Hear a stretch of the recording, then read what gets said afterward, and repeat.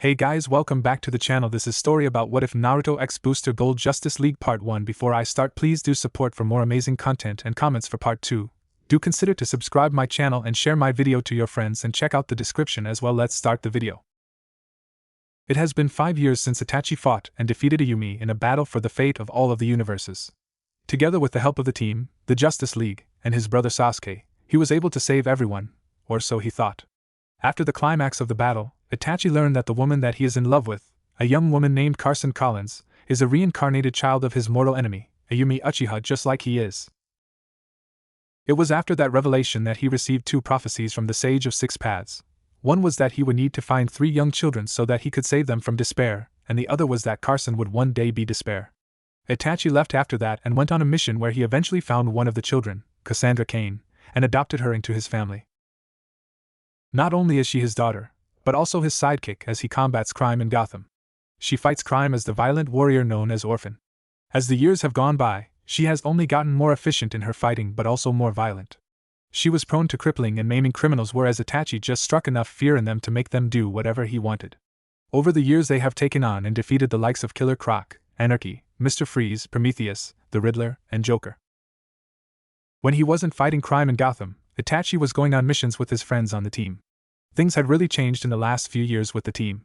Connor and Gan broke up, changed his name from Robin to Nightwing in a move of independence from Batman. Calder quit after finding out Black Manta was his father and losing the love of his life. Some of the members had accepted positions as official Justice Leaguers. Artemis and Wally were in semi-retirement after deciding to just focusing on being normal, and Nightwing had assumed the role of leader of the new team. There were also new members of the team including Orphan, Wonder Girl, Batgirl, Beast Boy, a new Robin named Time Drake, Blue Beetle, and several others. Itachi was in charge of training the new members up and getting them ready to go on missions. They were all still raw and had a hard time working together. It was mostly Orphan who seemed to not want to work with anyone. If the order doesn't come from Itachi himself, she ignores it and goes her own way. Even if her hunches are usually right, it still sets a bad precedent. Itachi told the other members to let him handle her. Nightwing didn't like the idea of letting Orphan do as she pleased, but he learned over the years to trust Itachi's judgment. He felt like if Batman and he had done that years ago regarding a certain incident, the tragedy that happened would have never have transpired.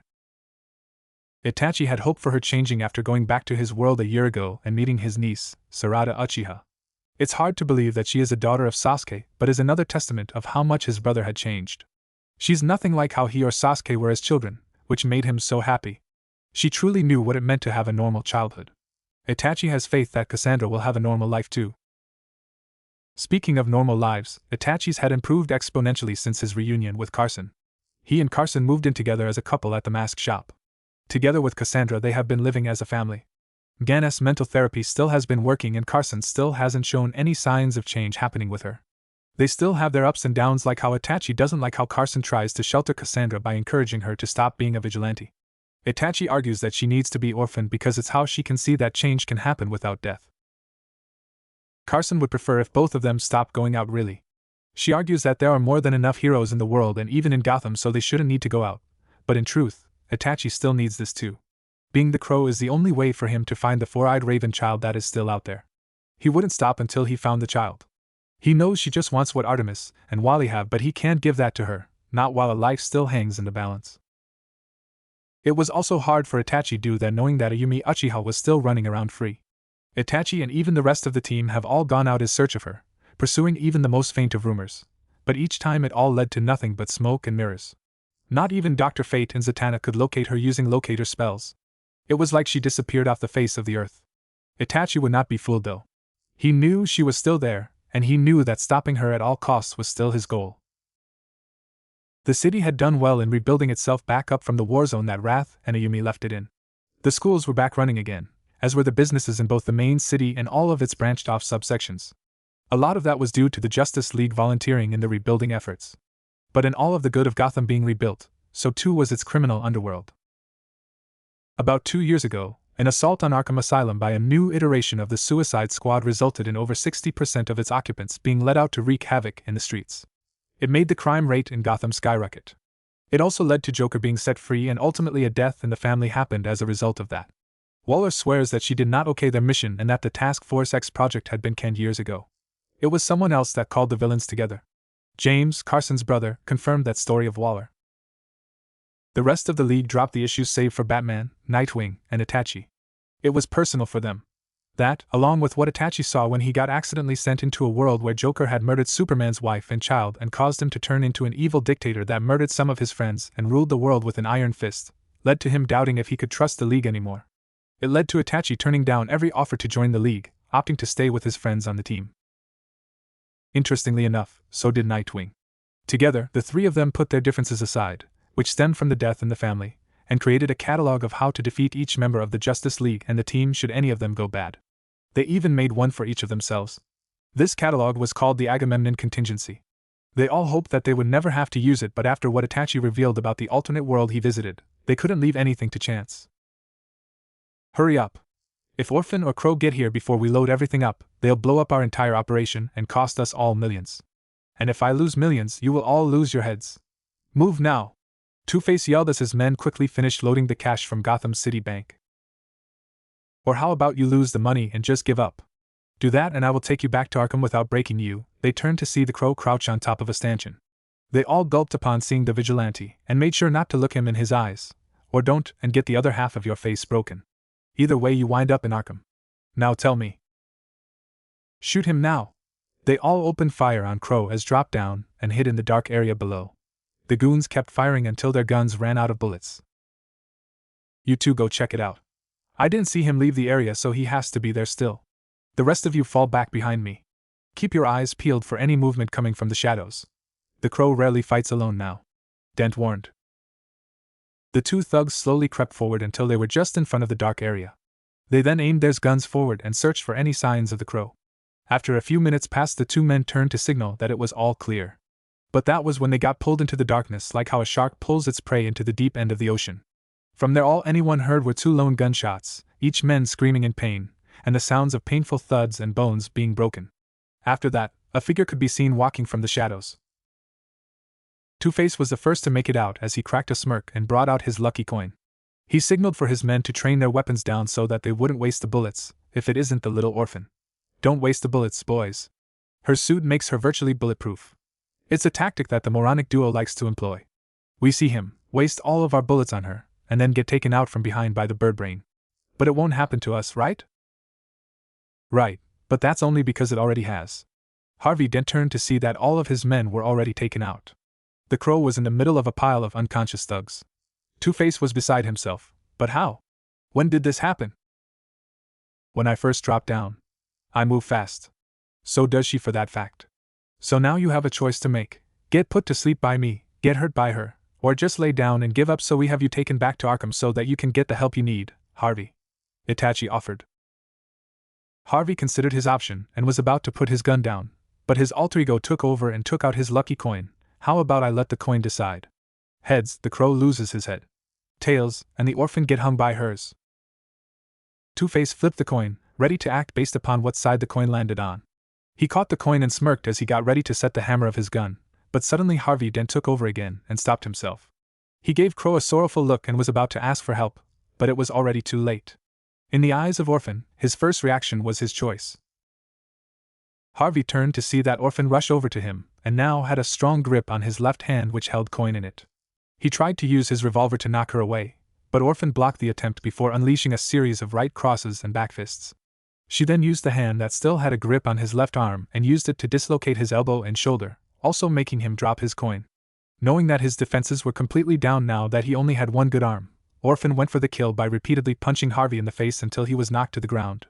He was already unconscious, but that did not deter her. She then picked his dropped revolver up and used it to pistol whip him until the good side of his face looked as messed up as the burned side. Blood spurted everywhere as the blows kept coming. She stopped once Itachi took a hold of her arm just as another blow was about to land. That's enough. He's out cold and is now in need of medical attention. That was not necessary. He was going to surrender. She wrenched her arm free from her foster father's grip before turning away from Dent. I am necessary. Men such him no surrender. They lie. Joker taught me. But what about what I taught you? Every person deserves a chance. Always. The moment we take their choice away from them, we become no better than them. I struggle with this fight every time I put the mask on, so I know what you are going through. I see what you see and I feel what you feel. Don't become what you're trying to fight. I want you to be better than me. Itachi advised her. I try. I just angry, all time. Since then. I miss him. And I hate him. Does this go ever? She asked. Itachi pulled her into a hug. He knew exactly what and who she was referring to. No, but with time you will grow stronger than the pain you've suffered. Thank you, father, Orphan said. The police sirens could be heard approaching the bank, which signaled to the pair that it was time to leave. Both of them escaped through the spot in the ceiling that they came in through and looked on as they saw Two-Face and his goons get medical attention before heading back to Arkham. Itachi always felt bad for the man because he was just another victim of the Joker, and Cassandra is too. She still hasn't gotten over that day. Itachi pulled out his cell phone and saw that he had 2 missed voicemails. Cassandra always laughed whenever he pulled the phone out because of the battle Carson and Artemis had to fight to finally convince him to get a phone. Itachi eventually got one just so that they would shut up about it. One of the voicemails was from telling Itachi that Cassandra had a mission tomorrow. The other message was from Artemis, and it was her asking if she could take Cassandra out for a girl's day out. She always asked about his adopted daughter, and for that he was forever grateful. He made a note to ask Cassandra about it after her mission tomorrow. Tonight he wanted to swing by the store to get Carson some of her favorite ice cream and some medicine. She hasn't been feeling well for the past few weeks. She was showing symptoms of the flu, but they wouldn't know for sure until he got back, and she tells him her results from her visit to the doctor's office. He just hoped that everything was all right. Let's go home, Itachi told his daughter as they left the bank. It took about 30 minutes, but Itachi and Cassandra finally made it back home. They switched out of their vigilante clothes and stopped by the store to pick up items for Carson. Itachi also informed the girl to get as much rest as possible as she had a mission with the team to go on tomorrow. His daughter shook him off and responded by saying she never needed rest before a mission as she always got anxious like I was her first one. She then quickly turned her thoughts to Carson. Cassandra hoped that it was nothing serious because over the years she had really grown to like Carson and appreciate just how nice of a person she was. When the pair opened the door, they were greeted by the sight of Carson shedding tears after finishing up a conversation on the phone. Itachi didn't know what to make of it right away, but he quickly assumed that she just got bad news since that was how things usually went in his life. He stepped inside and put the items he had just purchased onto the counter while Cassandra went over to Carson. What's wrong? Cassandra asked of her. Carson pulled the young girl into a tight hug without saying a word. That really alerted Itachi that something must have been seriously wrong. He walked up to her and was about to speak until Carson reached out and grabbed both of his hands. Cast Itachi, something beautiful has just happened. Itachi and Carson looked at each other when Carson said that. Both of them were wondering what was making her so emotional like this if it wasn't bad news. That's when Carson placed Itachi's hands on 2 different areas of Carson's body. One hand went to her heart, while the other went to her belly. This gesture went completely over Cassandra and Itachi's heads. You have stomach and chest issues? Itachi asked. Carson shook her head at him. She was still too happy to respond to his sarcastic comment like how she normally would. Itachi and Cassandra were then pulled into a group hug by the emotional young woman. We're going to be a family. We not already? Cassandra asked as she tried to breathe through the hug of death that Carson was giving them. We'll be even bigger one. Do you want to know why? Sure, why? Cassandra asked with a confused look. Itachi quickly figured out what she meant by that and went blank. He had been deathly silent. Because I'm pregnant, Carson said with pure joy. Oh. Itachi and Cassandra both said, though each then had different reactions. Cassandra hugged Carson with pure happiness for the situation, but Itachi couldn't think back to the prophecy told to him all those years ago. Everything you think you have is already gone because it was never there to begin with. He wound up hugging the 2 girls as they talked about being excited. Itachi only looked up once Carson cupped his face with both of her hands. We're having a baby. Isn't this wonderful? This is what peace feels like. Aren't you happy about this? Itachi then took note of how he felt an evil aura in the room now. He recognized that intent anywhere. It was the intent to kill indiscriminately. Itachi then put up a facade when he answered Carson's question. This is wonderful news. And of course I am happy about this. But this is not what peace feels like, Itachi sadly thought. Everything is in motion. All of the pieces are in play now. It took longer than we had expected, but our game can finally begin. Project New Beginning may have failed, but there was always a plan B in place. Project Invasion. It's time to go to work, Vandal Savage said to his contemporaries. I'll teach that Nabu what fear really is, Clarion said as Tico purred next to him. Lex Luthor put his phone away as he just finished up his part of the plan. It's time we take away the one thing those heroes cherish the most, the faith of the people. Black Manta, I expect that your new asset will prove his worth to us, Savage inquired. Don't worry about him. He knows what must be done as he has seen the truth about his so-called friends. What of the girl? Now that she is finally pregnant, what will become of her? Black Manta asked. Ayumi, aka the masked stranger, spoke up this time as her voice carried with it the weight of her rage. You'll let me handle the girl. She's already been accounted for. Carson was born to be an insurance policy for me, and now it is time to collect for I am owed. And what happens if Crow gets involved and stops you like last time? Or did you forget about the months I had to fix you up when we found you? Clarion said spitefully. If they were in the same room, Ayumi would have crushed his skull for that comment. Since they weren't, she had to settle for just ignoring his tone. I took care of that issue 5 years ago. Even when I lose, I always win. You just do your parts and let me handle my son and daughter, she said in response. Very well. Let the games begin, Savage said as the room went dark and they left to start the plan. Itachi, I won't fail you again, Ayumi thought as she left. She stood over Gotham City as the city lights illuminated the entire city. It's time we talked again, my son. The next day, on January 1st, the team had a mission to apprehend and capture of the renowned Gotham criminal, Clayface, as he had yet again escaped from Arkham. The team was currently chasing him through a sewer under Gotham City. The members on this mission consisted of Superboy, Miss Martian, Bumblebee, Blue Beetle, and Beast Boy. Superboy was taking lead in the pursuit of the mutated villain. The half-Kryptonian stopped when he saw a piece of material that seemed similar to Clayface's flesh and went to inspect it.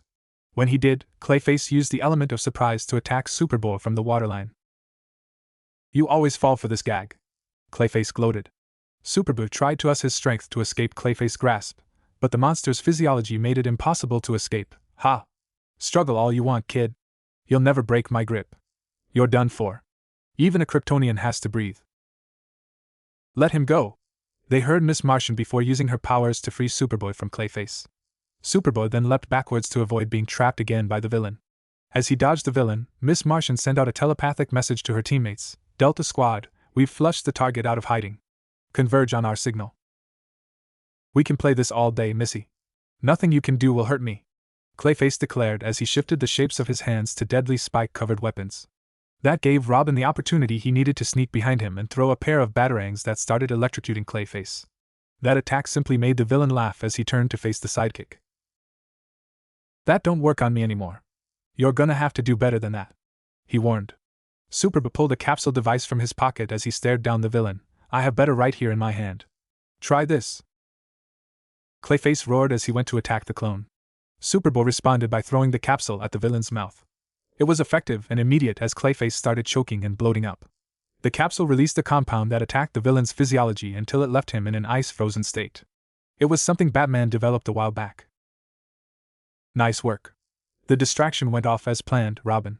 Superboy complimented. Thanks. I'm just happy it worked, Robin responded as he emerged from the shadows. This Robin was a lot different from the previous versions. He was a detective before a brawler, but that didn't mean he couldn't handle himself in a fight either. Out of a sewer entrance came a green crocodile that shifted into the sidekick known as Beast Boy. His powers were the result of getting a blood transfusion from Gan all those years ago back when he was just Garfield Logan. His skin is now permanently green and he can turn into any animal now. Oh man, is it over already? I didn't even get a souvenir for the trophy room, Beast Boy complained. A flying teenage in an alien space suit soon flew to the scene. His name was Blue Beetle, but not much is known about the true origin of the source of his powers, the Blue Beetle. Whoa dude, you stink. I think the smell more than qualifies as something to lock away in a room to never be visited again, he said as Beast Boy looked confused because he didn't think he even smelled that badly. A small teenage female was flying around in a bee suit while investigating to make sure the scene was safe. Her name is Bumblebee and she was a newer sidekick. Once she saw it was clear, Bumblebee returned to her normal size to greet her teammates. Miss Martian materialized and went to call the cave, Delta Squad to cave. The target is neutralized. Good work, Delta. Come on home. Nightwing out. They all heard as they were all happy to finally get out of the sewers. Itachi was back in the cave along with Nightwing and Lagoon Boy. He watched on as the other two were sparring one another, and he used the term sparring loosely. It was more like Lagoon Boy was doing his best impersonation of a punching bag. Nightwing didn't even have to sweat to block a spinning elbow strike from Lagoon Boy.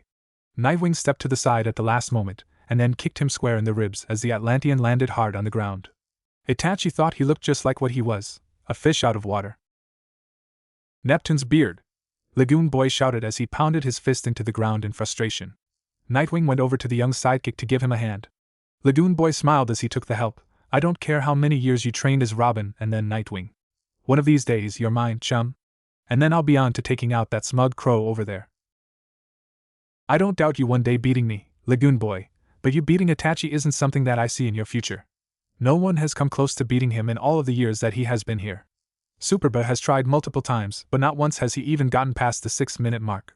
Actually, the closest one out of all of us has been Orphan. She is a prodigy, and very much the daughter of the crow. Nightwing replied. That girl, Lagoon Boy said with malice. They didn't get along at all. In fact, she didn't get along with any of the other sidekicks. He knew not to say anything about the crow's daughter while he was within earshot. Itachi has never retaliated against ill words towards Cassandra, but his silent treatment was just as bad. Nightwing went over to his friend for years after he noticed how distant he was being. You're not mad about me separating her from most of the team, are you? I just don't want her and Tim butting heads again. I'm not mad. I would have done the same thing. But they will need to learn how to work together eventually. Itachi responded. I know, but she won't give him a chance. Jason was like a brother to her, and when Tim showed up in his uniform, it crushed her. I can tell that's why she is so cruel to him. She thinks of him as a replacement, but that's not what's on your mind, is it? Asked. It was, but not at the forefront. I know she will grow past it eventually because I have seen just how kind my daughter can be. I have no doubt that she will clean her act up with Wonder Girl and Batgirl. Itachi responded. Then what's up, man? You haven't found the masked stranger or the light, have you? Nightwing whispered. No. It's about Carson. Itachi said hesitantly. Nightwing put a hand on his friend's shoulder. Is Carson all right? I know she has been sick for a few weeks, but I was hoping it wasn't too serious. Did she give you bad news? We found out why she has been sick. I thought it was just a flu. I wish it was just that simple, Itachi said as he sighed. Even after a whole night to sleep on it, he still couldn't believe it. Carson is pregnant. Oh, said. Itachi smiled at his friend because that was his same reaction to hearing that news. It was good to know that his reaction wasn't that strange after all. Right when Nightwing was about to respond, the Delta Squad started to return from their mission. Don't mention this to anyone, especially Ngan. I'll tell them when I'm ready. Itachi instructed. Nightwing knew where this came from. Connor doesn't blame you for what happened between him and Ngan. I blame me, Itachi said as the others started to Zeta beam into the cave. Itachi turned towards the group that was being Zeta beamed over. They all went to greet Nightwing and the others after another successful mission. Bumblebee came flying out of the chamber and went towards her boyfriend, Malcolm. He greeted her and asked if they still had plans for later tonight, to which she apologized since she had a lab session with Dr. Palmer, and asked if they could reschedule before rushing to get changed in enough time to make it. He had a look of disappointment on his face but accepted all the same. Another couple went to greet each other, this one being Miss Martian and Lagoon Boy. They hugged each other before greeting, welcome home, Angelfish. Thank you, Logon. They then started to display major public displays of affection by kissing each other where the others could see them. It wasn't done maliciously, they just sometimes got carried away. Wolf growled at them and Connor simply walked past them, paying the couple no mind outwardly. But on the inside it bugged him badly. Once he was past them, he had a scowl on his face as he felt jealously well up inside him, but his features softened once he saw Itachi also looking on. Connor didn't want to give his friend any indication that this was his fault. Itachi had enough that he blamed on himself. He didn't need to add his relationship as one of those things. I'm hitting the showers. That battle wore me out, Connor said before walking off. Jamie was completely oblivious to Connor's mood and motioned to agree with him while looking at the sewer-covered Garfield. Now that sounds like a plan. You know, for you, Hermano. Garfield wiped some of the sewer leftovers off of his uniform, but knew that the smell left behind was still potent. While that was going on, Robin went over to greet Crow and his mentor Nightwing. Clayface is safely back in his Arkham cell. Good work, Nightwing responded. Robin became shy and modest about being praised as he always did. I didn't do much. You did what you were supposed to do. Sometimes, that's all that matters on missions. Crow interrupted. Unlike his daughter, Itachi and Tim had a very cordial relationship. They weren't as close as he and Jason were, but Itachi made sure to never make it seem like he held ill will against the boy. Tim was always grateful for his kindness. So whereas Tim was interrupted by the news monitor flashing on. Captain Adam came on screen and addressed them. Emergency alert. The United Nations headquarters is under attack. Malcolm checked the surrounding area soon afterwards. Beta Squad is only 2 blocks away. Captain Adam, the team's Beta Squad is in the vicinity. The estimated time of arrival is 3 minutes. Orphan is with them as well for support. Crow said as he wondered who could be so bold as to attack something as public as the United Nations headquarters and why. This can't just be a random attack. Something is up. Itachi concluded in his head. In New York City, a major attack was going on just as Captain Adam had reported. Security guards were being mauled down one by the mysterious attacker. Bullets from guns couldn't even stop him as the white-skinned alien simply knocked 3 security guards out with his strange weapon. It didn't help that he didn't speak English, so they couldn't even negotiate with him. The rest of the security scrambled to protect Secretary General Sang, pushing all the way back to his office as a last-ditch effort against the alien. The alien brought the entire wall down in his vigor to get to his target. The guards trained their rifles on the alien and opened fire in a desperate attempt to slow him down. None of the bullets affected him as he slowly made his way to the guard and broke the nozzle of the rifle. The alien stalked down his prey and Secretary General Sang while talking to him in his native tongue. Sang begged and pleaded since he couldn't even understand what the alien was saying. "Please, I don't understand what you are saying. I don't know what you want," he begged. The alien glared at him before pushing a button on his belt that translated his words to the English language. "So that's how you want to play it? Fine. The contract calls for the main man to put on a show for the locals. So I'll say it one more time: surrender or die." "Contract show?" Sang repeated with confusion. "Die it is," the alien said with a grin on his face. Just then, Wonder Girl flipped in front of the alien and punched his in the stomach with a wild left cross. Orphan and Batgirl busted through the windows soon afterwards to secure the General Secretary. "Wonder Girl, keep him busy. Orphan and I will get Secretary Sang to safety. Orphan, be prepared to provide backup in case of a breach." "Got it," they both said in unison. Batgirl and Orphan took Sang to the hidden elevator towards the back of the office as Sang questioned what they were doing. He had to stifle a gulp as Orphan turned towards him and pointed her finger to the ground. "We take you down. You quiet," Orphan said as she and Batgirl brought him into the elevator and left Wonder Girl to take care of the alien hunter. Wonder Girl had a cocky smirk on her face as she got into a fighting stance and threw a left hook that connected with his jaw. "Okay, big guy. Let's see how much punishment you can." He palmed her face with one hand and easily threw her into a wall behind him as he focused on his main target. "How weak. That crazy femme thinks she can take down the main man. We're going to get you out of her through the General Assembly building. Orphan, you." The alien crashed down behind them when he crashed through the top of the elevator. Orphan and Batgirl quickly responded by throwing smoke bombs at the alien to give them some cover. Once the smoke cleared, the alien saw that the 3 of them had disappeared, much to his frustration. Batgirl hid General Sang behind one of the rows of chairs as Orphan threw a shuriken at the alien through the smoke. He easily knocked the shuriken aside, but failed to notice that it was only a distraction as Wonder Girl had recovered and tackled him from behind. "Hold it, clown face. We weren't done dancing," Wonder Girl announced. "I joined too," Orphan said as she had more shuriken in her hands. "Keezy femme," the alien said as he got ready for a fight. He came at them with an angry right hook at Wonder Girl, to which she dodged by ducking it. Orphan took the opportunity to sprint into a slide to get underneath the alien's defense. Wonder Girl then hit the alien with a soaring uppercut just as Orphan placed a paper bomb on his chest. The result of the combination attack was his head being knocked back from the punch and his body being flung backwards due to the explosion. Wonder Girl then drew out her lasso and used it to constrain the bounty hunter. The hunter took a hold of the lasso and used it to pull Wonder Girl towards him so that he could punch her into the ceiling. When she landed on the ground in a painful heap, Orphan and Batgirl hopped into action to engage the hunter. They each leapt into the air and used the hunter's body to somersault in front of him. Batgirl placed an explosive device on both of his shoulders while Orphan placed a paper bomb on the nape of his neck. They backed away as the bombs went off successfully and sent him to his knees. Wonder Girl came back to and tried to tackle him from behind, but she was loud with her approach and let him know her location. He ducked under her, caught her by her leg, and threw her at Batgirl and Orphan to get them out of the way so he could focus on his real target. Sang tried to run away but was caught by the pale hunter and lifted up by both arms. "Time to die, Crollo." The female heroes looked on helplessly as the General Secretary was ripped in half by the hunter, but instead of the man being killed by it, he turned out to be merely a mechanical suit dressed up to look like a human. At the head of the suit was another alien species that was small and green. It almost looked like a goblin. The hunter took hold of the green alien before it could run away. "Blasted Crollo. The main man's contract is complete. Keezy femme, your world is your world." They watched on as the alien's vehicle blasted a hole in the wall. The hunter quickly hopped on and secured the Krollo onto his bike for the trip back to space. Once they blasted off, the girls went to check on the wreckage that was left behind. "I think Clownface was some kind of alien," Wonder Girl said while still in shock.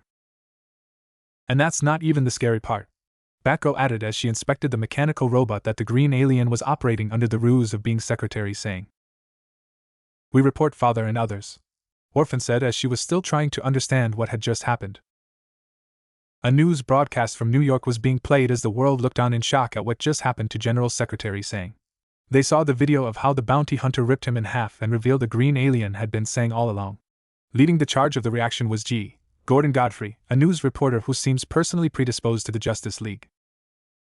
See, the big alien rips open the phony secretary, saying, and pulls out the little alien. "Oh, I know what you're saying, folks. The good old G. Gordon has lost it. What's this, the 8 billionth he's run that clip? But that's because I'm trying to wake you up. Turn and look at the person next to you, my friends. How can you be sure he or she is even human? When is the almighty Justice League going to find a way to scan for these aliens? Who exactly are they trying to protect? Okay, sure, Superman and the Manhunter from Mars seem to be on the side of the angels, but that's 2 aliens on the good column and 2 in the bad. Let's see if we can get some answers," Gordon announced from his studio. The broadcast then changed to a reporter who was outside of the Hall of Justice. "Thanks, Gordon. This is Cat Grant at the Hall of Justice. I'm gonna try to get a statement from the 2 newest members of the League, Zatanna and Rocket." "No comment," the magician quickly responded as she and Rocket went inside. A spokeswoman quickly berated the reporter. "Miss Grant, I already told you. The League will issue a statement soon." The broadcast switched back to Gordon. "Did you just see that? That was League Public Liaison Officer Catherine Colbert, literally stonewalling GBS's own Cat Grant. What's the League hiding? We know it provides safe haven for a Kryptonian and a Martian, but what if that's not all? What if the Amazons came from outer space? What about that battle between Crow and Wrath in Gotham all those years ago? How do we know instead of the terrorist attack the League spun it out to be, that it wasn't really an alien grudge match that we got caught up in? How do we know that the Crow is human? We've never seen his face to know. Or the Atlanteans? How do we really know Flash isn't an alien? Or Hawkman? Or Icon?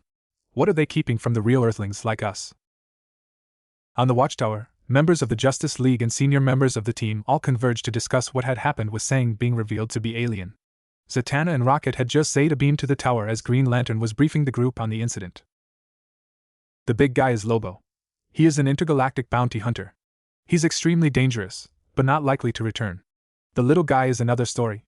That is a Krolodian, and Krolodians always travel in packs," Jon Stewart explained. "Meaning more of them are on Earth," Batman concluded. "I believe my friend will have vital information on that point.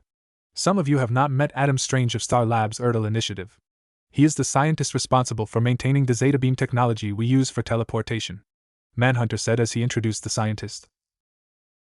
"I was wondering why a stranger was allowed on a top-secret watchtower," Connor thought telepathically. "And he has a story to tell to us," Manhunter finished as the floor now belonged to Adam Strange. It's a little involved. I wish I had visual aids or something," he started.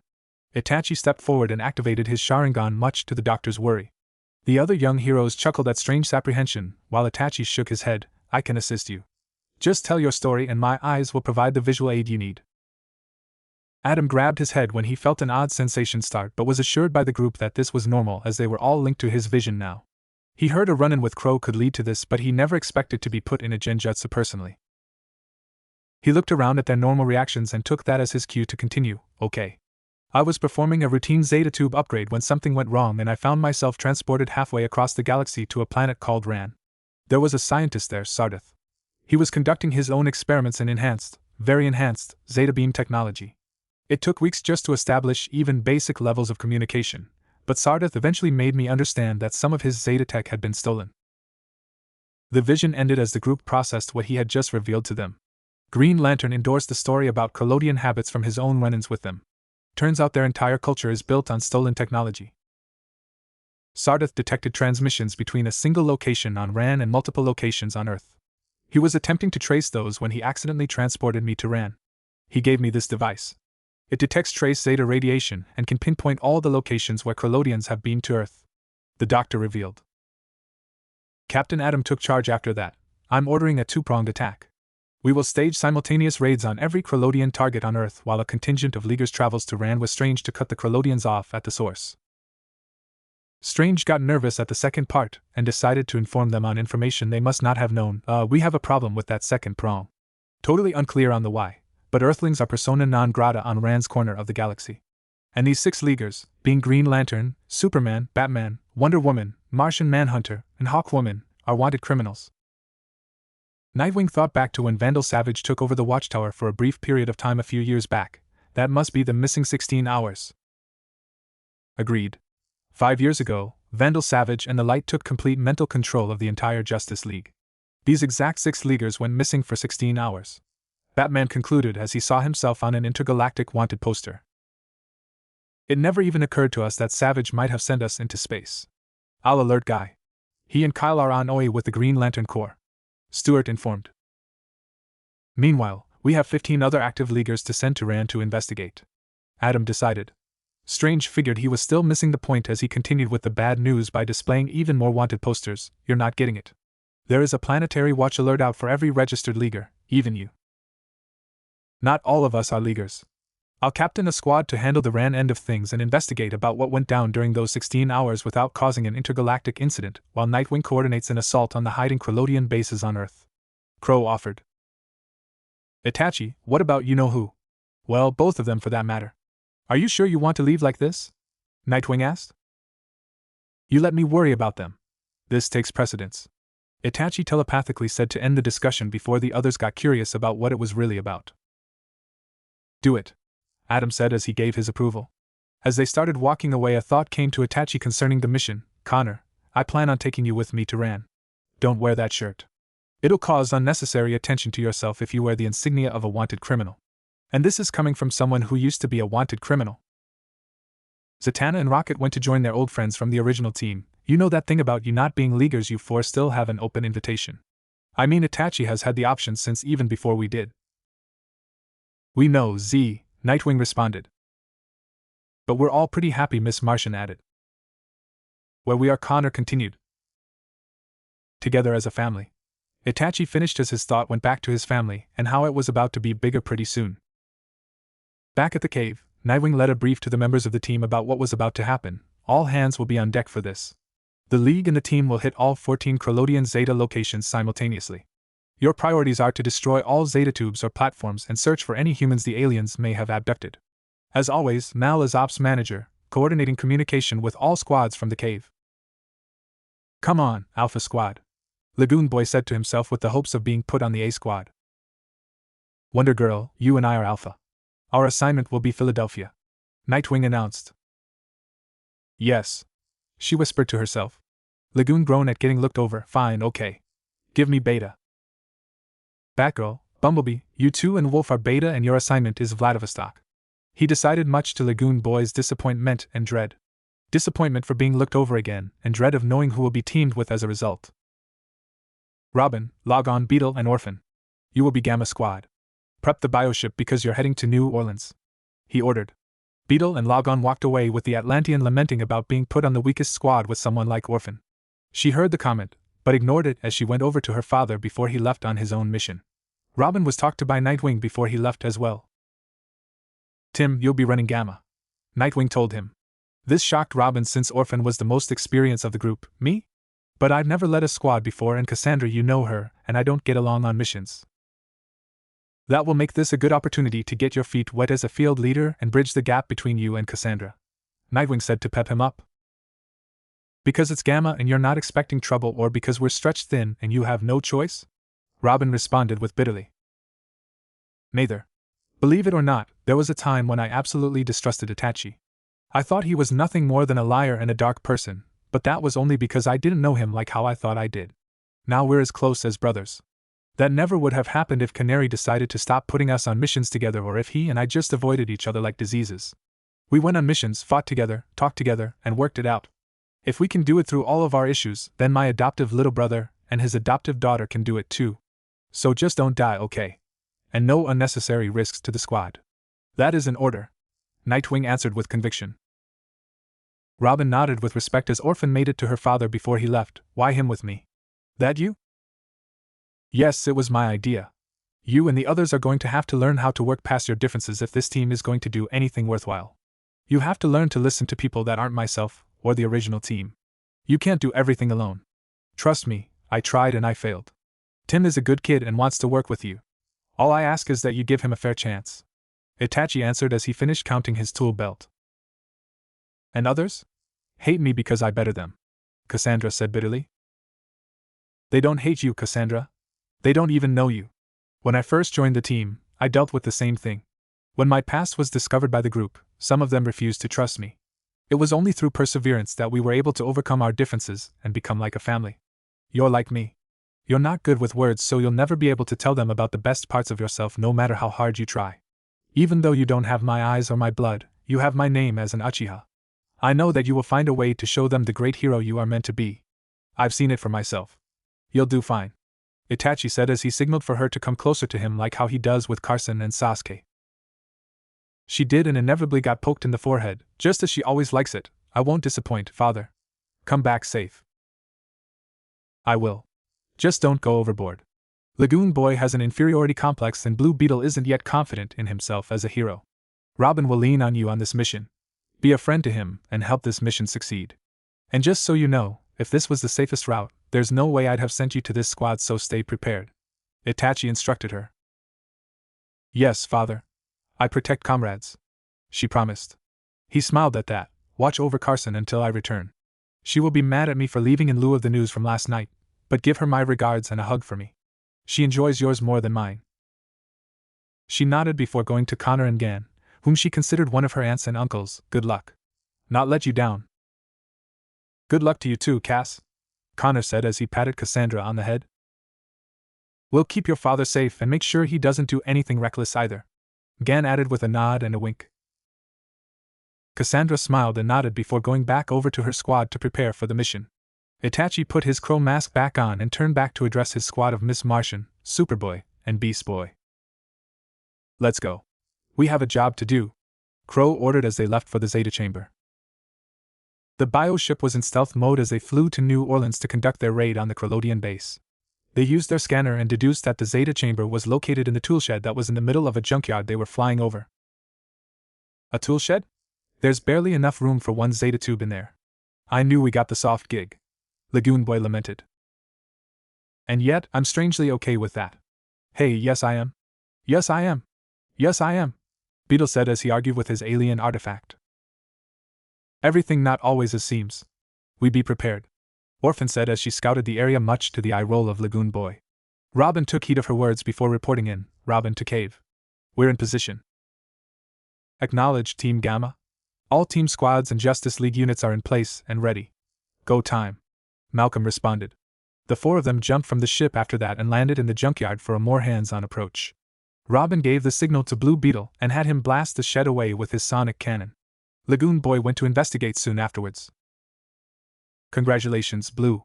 You took out an actual tool shed, the Atlantean said teasingly. Orphan scanned the area because something seemed off. Her father always taught her to look beyond the limits of her eyes because that was where the answer usually was. So she silently thought to herself as Robin called in the cave to report that there was no Zeta chamber in sight. What is beyond the junkyard? What are my eyes not seeing? She thought to herself. Cassandra pulled out the tracking device and looked it over one more time. She noticed something that she hadn't noticed before and went to Robin. Look. Signature below what we see. Robin's eyes widened from seeing that tracking device. Orphan, you're right. The signature is coming from underneath the waterline. Lagoon Boy, you're up. Lagoon Boy dove underneath the waterline in search of the Krolodian base. He began to see what looked like a secret entrance as he dove deeper into the water. After confirming the entrance, Lagoon Boy signaled for the others to join him. The Atlantean changed his shape so that he could force the entrance open to allow them all swam through until they reached the hidden Krolodian base. They were all shocked to see the base and just how many Krolodians there actually were. And this was just one of them. There were bases that the League probably still doesn't even know about. How far does this go? Orphan thought as they swam to a platform hidden in the shadows. Robin contacted the cave once the coast was clear. Gamma to cave. Orphan's hunch was right. We hit the jackpot. This base is huge and filled with alien tech. Also, there are multiple Zeta platforms with more Krolodians than we can count. Acknowledged. We'll send backup. Until then, just lay low, Malcolm ordered. Too late. Orphan responded as she took out a kunai and pointed to the main platform. They all saw themselves on a giant alien screen as an alarm was going off throughout the entire facility. Blue Beetle was about to ask how they had been caught when Orphan threw the kunai above them and took out a flying alien insect. It had been recording them from above. See us. They fight now. No, lay low. Orphan said as they all saw a legion of Collodians coming their way. Blue Beetle groaned to himself and lamented on how this was supposed to be a soft gig. Orphan smiled behind her mask as she got her weapons ready. Back at the cave, status reports were being given to Malcolm from all of the squads out in search of Collodian Zeta chambers. Beta to cave. We found the Zeta platform. It was the kind Strange described. There were 2 Collodians here, but they Zetaed away before we could apprehend them. There aren't any human prisoners. Batgo reported. Acknowledged. Destroy the platform and report back. Malcolm instructed. Alpha to cave. There's 1 platform, that is now non-operational, and 1 Collodian, but he escaped. We didn't find any abductees. Nightwing reported.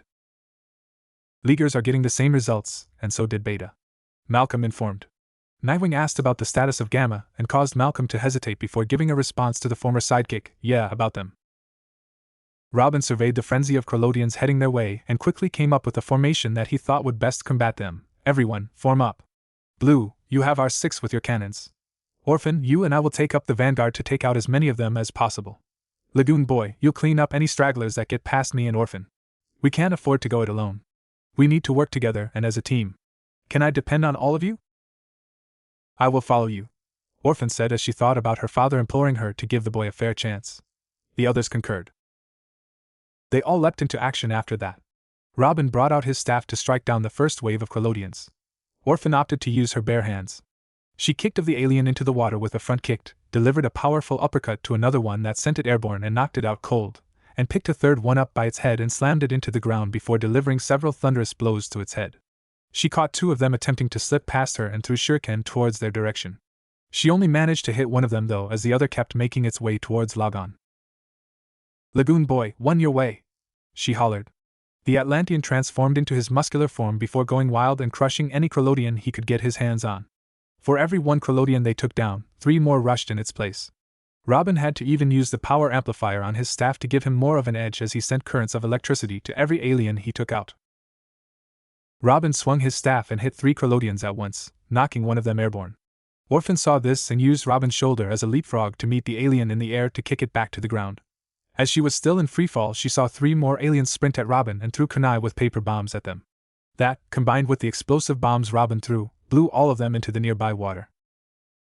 Behind them, Lagoon Boy was going to town as he lifted pieces of the ground itself and used it to crush a bundle of Collodians. Blue Beetle did as he was told, and used his sonic cannon to make sure none of the aliens attacking his squad from behind. He also provided support and dwindled the number when he saw one of his teammates being overwhelmed. As Orphan finished delivering a flying knee to one of their heads, she noticed that the Collodians had stopped moving after they got a good look at Blue Beetle. They then suddenly started scrambling away from them in what could be described as a frenzy filled with fear as they headed towards their Zeta chamber to be Zetaed away somewhere safe. They not like you, Blue. Remind me of Father in Gotham.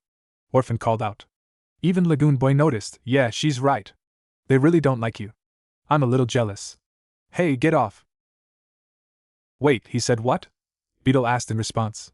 Loudon thought Blue was asking him, but Beetle was really talking to his alien companion, not you. That Jeef over there. They all turned to the direction that he pointed, saw the Collodian, and all had the same reaction to it. You can understand the screeching? How? I don't know how exactly, but that Jeef is ordering all the Collodians to Zeta off-world. He's setting this base to self-destruct in 4 minutes. Beetle informed them. Then we're getting out. Is there anything else I need to know?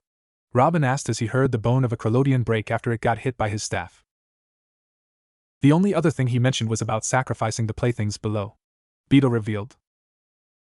Playthings? No, the abductees. Orphan quickly realized, much to the shock of the others. Beetle quickly reminded them that whatever they were about to do, they had better do it quickly because they were coming up on less than 2 minutes left before the explosion. Robin had to think about the next decision quickly. Nightwing said no unnecessary risks to the squad, but this is necessary. We have to get below, Robin ordered. There! Orphan called out as she saw a pack of Collodians escaping from another entrance. Blue Beetle flew over there and quickly cleared them out as he went to investigate the space. The rest of them quickly caught up to Beetle and were able to apprehend a Krolodian thanks to Orphan's use of wired kunai. She then noticed the sounds of people calling for help and found the abductees all caged up. It's Robin and Orphan. The boy wonder and terror of shadows. Why are they together with that monster? Her being here can't be good. Oh no, more aliens are here! One of the civilians shouted. Orphan backed away at their insult, but Robin came to the defense of his comrade. Hey! That terror of shadows just helped us save you, so show a little more gratitude. And we are not aliens, Beetle added. He then heard the tied-up Krolodian screech and growl some more before remembering that he was still there. Oh, well he is, but we're not. Orphan, blow that door open. The young Uchiha member did as was ordered and placed a paper bomb on the cage. She motioned for everyone to step back as she remained in place to oversee the explosion. The bomb did its job as the cage now had a giant hole in it that was big enough for all of the hostages to escape. The man who insulted her felt bad and went to apologize. I'm sorry. All I know about you is what I see on the news. You're no monster, you're a hero, he said to her. It's alright. I get a lot. I am a monster, but only to other monsters. I never hurt innocent on purpose. Orphan replied without any hint of malice in her voice. Logon thought about how much she reminded him of Crow's kindness because of her response. He knew that he also owed her an apology after this was over. Robin went over to Blue Beetle to get an escape route from their hostage. Ask him what the fastest way out is. Dude, I don't speak th. Wait, you can? Well, what are you waiting for? Beetle began communicating with the alien in its native tongue as the other looked on in confusion. It seemed to be giving Beetle a hard time, but that was before Orphan took out a kunai and stabbed its left kneecap with it. The screeching it made sounded horrible and reminded Logon of the crow's ruthlessness, but it did the job because the Krolodian changed its tune quickly after that and started talking to Beetle in a tamer tone. The answer Beetle got after that must have been satisfactory because he had the entire group follow him towards where the Krolodian pointed at. At this point, they knew they had no other choice and little time to argue. They did so just in the nick of time because the timer went to 0 and the base went up in a giant explosion. Thankfully, the direction given to them turned out to be the right one because they were far enough away from the base to not get harmed by the explosion. As the group all swam for air, Robin noticed that Logon still hadn't come up yet. He started to fear the worst, but that was when the Atlantean came up hollering about how Gamma Squad rules. He looked back at Orphan and saw her shaking her head at the young man, which got him to smile. He was so preoccupied that he hadn't even noticed what Blue Beetle had, that the entire Justice League and team squads had shown up above them. Robin saw his mentor flying above them the cycle with a stern look on his face and thought that he and the others were in trouble. After a long pause, Nightwing's face finally relaxed as he hunched forward with a goofy smile. Dude! Way to get your feet wet. Looks like putting you and Orphan together didn't lead to the end of the world after all, he said jokingly. Gamma Squad all started smiling at that. Logon then went over to Cassandra to give her something that he knew she was owed. Cass, I'm sorry for being so mean to you. You didn't deserve it. I guess I was just jealous and unwilling to get to know you. I hope that we can be friends. Cassandra didn't know how to react to that, but one look from her Uncle Nightwing was all she needed before she shook the outreached hand of Logon. Yes. Be friends. Thought back to when he and the rest of the team had accepted Itachi all those years ago and knew that Cassandra would be just fine after all. As Cassandra was finishing up her mission, Itachi and his Zeta squad had just touched down on Ran. Superboy, Miss Martian, Beast Boy, Crow and Adam Strange now had the task of traversing this planet to figure out just how to clear the names of the fugitive Justice League members. Zeta Squad, this is Ran, Strange announced. As Beast Boy was in awe of the new world, Itachi kept his focus on what they came here for. He had no doubt that Cassandra would be successful on her end. Crow knew that he had to do his job too. Because he wanted to focus on Carson, Itachi decreased the amount of missions he went on, but he knew this was one of the few special occasions that deserved his attention, and so it begins. It has been a few hours since Orphan finished her mission, but still no word from Itachi. Carson was back home in Gotham waiting for Itachi and Cassandra to get home. She knew Cassandra had her mission already but hoped that Itachi would be able to come home after it was done. Unfortunately, she saw the broadcast of General Secretary saying being attacked and exposed as an alien by some pale bounty hunter, and knew Itachi would have been called upon to get involved. It had gotten so late that Carla had went home since she had to her husband and 2-year-old daughter, Hope. Carla had gotten remarried after losing her first husband to the attack by masked stranger. She said that it was time to move on finally and be happy again. She visits from time to time to check up on Carson. This time Carla came to celebrate the news of her and Itachi expecting a child. They ate ice cream and reminisced about how things used to be. It was a fun time for both the women. Now Carson was alone and thinking about who to tell next. It was between James and her best friend, Artemis. Both would have been very happy to hear the news, but they were hard to get a hold of nowadays. James decided to join politics and fight for the image of the heroes he once hated.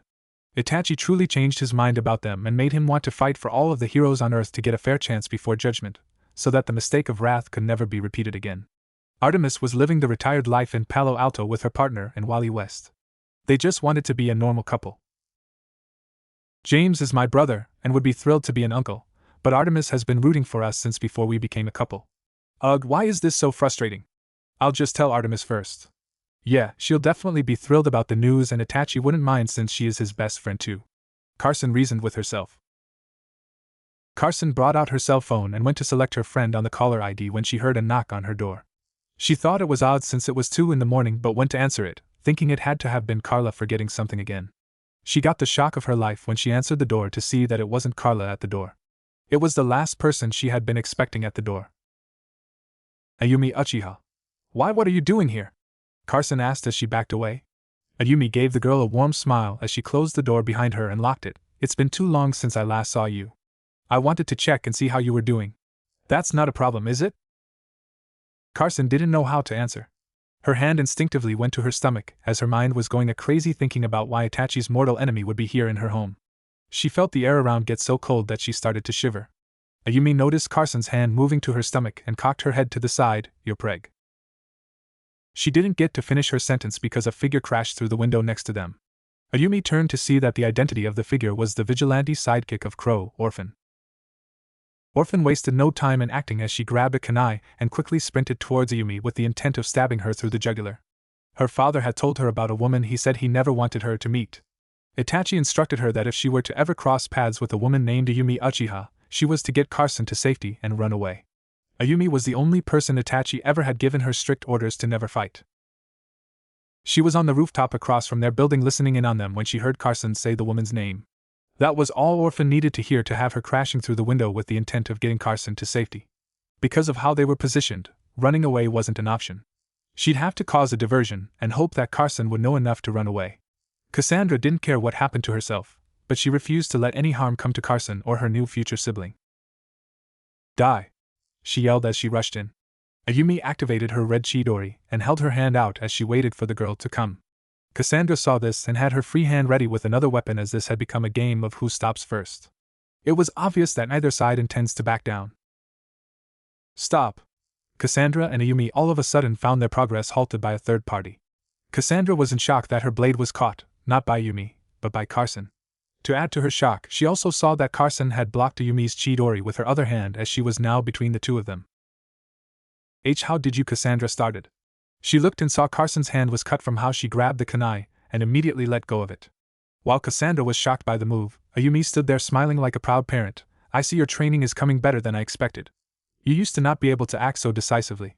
Also, it seems my son has been training his new ward to the Uchiha standard. A strong warrior who acts with conviction and knows how to make the tough calls no one else will. Cassandra, you make me proud. Hearing her name come from this stranger's lips confused Cassandra. She was adopted after Itachi beat the stranger, so there should be no way that Ayumi would know about her. No name? Of course I know your name. You're an Uchiha and you are my granddaughter. Now sit down, child. I'm sure you have many questions. Like how exactly Carson was able to stop your blade and my Chidori without any formal training. I have the answer to that, or would you rather stab me in the neck with that blade you have hidden with your free hand? Cassandra was still contemplating what to do when Carson grabbed her hand and shook her head. Cass, please don't fight her. She only wants to talk. She's not a bad woman. This really had Cassandra confused, though she did as was told, and stopped fighting for now. Cassandra did still have questions though. How you stop us? Why defend her? She father enemy. Do not fret, granddaughter. I will explain and answer all of your questions to the best of my ability. I am a woman of my word. To answer your first question, she stopped us by using the training given to her, Ayumi said as she sat down by table. By who? Cassandra asked. Carson was the one who answered this time, by her. Cassandra, for the past 4 years that you and your father have been fighting crime and saving the world, Ayumi has been training me and acting as my teacher. That's how I was able to stop you.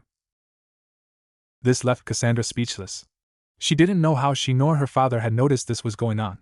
Ayumi saw the look on her face and smiled. That's not even the tip of the iceberg. You'd better sit down, this is going to take a while. Let me catch you up on how this story came to be. From the serious looks on their faces, Cassandra knew that this won't lead to a happy ending. She just hoped her father would get here soon before things went from bad to tragic. When Itachi arrived on Ran, he had absolutely no intentions of getting into fight or running for his or his teammates' lives. And yet, like always, none of his intentions ever go as planned because Itachi was now in a fight with an alien force along with Superboy, Miss Martian, and Beast Boy. Itachi just leapt off of a tree branch to create distance when he happened to notice that Connor was shot in the back by the foreign advisory. Not only that, but their companion Alana was blasted from the sky by it as well. Thankfully, Superboy had recovered in enough time to catch her before she hit the ground hard. It was short-lived as they were shot again by the assailant. As it got ready to hit them with a third blast, Itachi jumped in between them with his Susanoo in its half-ribcage state. The result was Itachi's Susanoo being disintegrated and the three of them being pushed back so far that they fell off of a cliff. Connor quickly grabbed a hold of both Alana's hand and Itachi's foot, while Itachi stuck a kunai into the ground to avoid falling. Itachi struggled to pull the three of them up as their enemy began charging at them again. Itachi was very aggravated. This was not how the mission was supposed to go. 6 hours earlier, Crow and his Zeta Squad Zeta beamed to the planet of Ran. Of course, Beast Boy was treating this less like a mission and more like a school field trip. Whoa. I am totally walking on an alien planet. Wow, sis, you must say that every day on Earth. She rubbed the top of his head affectionately. Actually, I kind of do say that. Wait. We can breathe the air here, right? The young man asked. Crow thought that should have been his first question asked but let it go since he remembered that Beast Boy was still just that, a boy. They all turned their heads when they heard a young-looking alien girl calling for Adam Strange. Adam! Adam! She then started speaking to him in her native tongue. Adam tried his best, but he still wasn't too well versed in their language. He quickly introduced them, a Zeta Squad. These are my Ranyan friends, Sardith and his daughter, Alana. They could tell from the way he said her name that Adam Strange was clearly smitten with the alien girl. Adam then introduced Beast Boy, Miss Martian, Superboy, and Crow in the Ranyan tongue. Of course, introductions were the extent of his knowledge of their language. Gan had experience with breaking language barriers from all the way back from when she met Itachi's brother. It took but a few seconds for her to mentally link them so that Zeta's squad could fully understand the Ranians. I linked us mentally and I'm serving as a psychic translator. They speak Ranyan and we speak English, but together each of us will hear the language that we individually understand. Miss Martian explained. Amazing, Sardith said. It will make communicating so much easier, Alana said as she got closer to Adam. Sardith looked around suspiciously before suggesting that they go inside. He thought it best that they use caution since they were now harboring Earthlings. They went down to the indoor facility where Beast Boy was immediately distracted by the alien animals. Sardith, have you learned any more on why Earthlings are not welcomed on this corner of the galaxy? Adam asked. The Ranyan Science Command is xenophobic in general, which is why my researches into interplanetary Zeta beam travel is being conducted quietly, Sardith answered. And you haven't reported the theft of your technology, right? Adam asked. Sardith confirmed that theory. Exactly. If Science Command learned I had made it possible for aliens, and especially you Earthlings, to Zeta beam to Ran, the consequences would be dire for myself and my daughter. That didn't satisfy Itachi at all. But why are Earthlings hated so much? How do they know of any Earthlings to hate? Alana showed them the wanted posters of the Justice League members. I assume Adam showed you this. We are still unclear on the details. Science Command is not inclined to share intelligence with its people, but we have learned that there was an incident on the planet Rimber involving Earthling criminals known as the Justice League. I assume you are not associated with these outlaws, Sardith guessed. Crow stepped forward to answer his question while choosing his words carefully. We are not members of the League. The screen put the wanted posters of Superman, Batman, Wonder Woman, Green Lantern, Martian Manhunter, and Hawkwoman. He told them that those were the only members that were seen on Rimber, but since then, the Krolotians had posted planetary watch alerts on every criminal in the League. But the Krolotians, they are the ones responsible for stealing your Zeta beam technology. They used it to secretly invade Earth, which is how they found out about the other Leaguers. Adam tried to explain. I know. I'm the one who told you that the last time you were here, Sardith said with an attitude. Oh, Krolotians. I misunderstood you back then. I thought that was a Ranyan word that meant thief, Adam explained. Itachi had heard enough of the senseless banter. Yes, We know that Krolodian culture revolves around stolen technology from other societies. The question is what can be done about it. Alana offered up the idea of her father's Zeta shield. Sardis showed a prototype picture of said shield. If I can perfect the design, your primitive Zeta tubes would still function within the barrier of the Earthling atmosphere, but unauthorized travel to and from other worlds will become impossible. In short, my shield will prevent more Krolodians from invading your world via Zeta beam and trapping any of them that are still entrenched there. And in the meantime, Adam tells us you have a Krolodian Zeta platform here on Ran. Miss Martian stated. Indeed, but the jungles of Ran can be dangerous. Your Earthlings will need a guide. Sardith answered. His daughter offered to guide them herself while Sardith completes his work on the Zeta shield. The transportation out of the city of Ranagar are not without risks, Alana. We must disguise these Earthlings. Look, enough with this Earthlings thing. I am half Kryptonian and Miss Martian is well a Martian. We are just as alien as you are, Superba said after having enough of the snide remarks. You two came here from Earth, did you not? Sardith retorted. Superboy saw his point and wanted to argue it, but he knew after that point there was no winning the argument. Crow put a hand on his shoulder to signal for him to give up. Alien or not, Earth is our home and the Krolodians are a threat. That's all that matters. So let's go. Outside of the city of Ranagar, Zeta Squad along with Alana and Adam Strange were ready to move forward with their mission. They were all hooded, and Itachi even removed his crow mask, to avoid being noticed and the authorities alerted. They got on a train that was headed even further into the jungle. We should be fine now, Alana signaled to them telepathically. Just as she told them that, some Runyan science patrolmen entered the cart and were already on the alert. Adam was the first to react. I'll create a diversion to get them off the train. Alana was about to stop him, but he didn't let her get the chance. You are the jungle guide. I'll find a way to ditch these guys and circle back to your father's compound and help him finish the Zeta shield. Be careful, Alana responded as she held his hands. Miss Martian, Superboy, and Beast Boy felt awkward watching them and looked away, but Itachi didn't let it bother him at all. He only thought about his daughter and whether or not her mission was successful. He knew he had to cast those thoughts aside if he was going to complete his mission here. Adam soon started his diversion by acting like a man on the train. After Strange left, the two patrolmen chased after him like how they had planned. Alana questioned them about Strange's choice of words, but Itachi quickly put them to rest. He instructed them to focus on the mission at hand. Alana thought the Uchiha was scolding her, but the others knew that Itachi was just being his normal self and smiled. After some time had passed, Alana informed them that they would arrive at their destination soon. The time in silence weighed on them as Itachi and Beast Boy felt the awkwardness that tended to happen whenever Superboy and Miss Martian went on missions together after their breakup. Beast Boy wanted to try to lighten the mood. Hey sis, remember that time you and Superboy visited me in Kurak? He had picked flowers that turned out to be poisonous. Beast Boy started but Gan wasn't in the mood for it. That was a long time ago, Gar, she said politely to try end the conversation.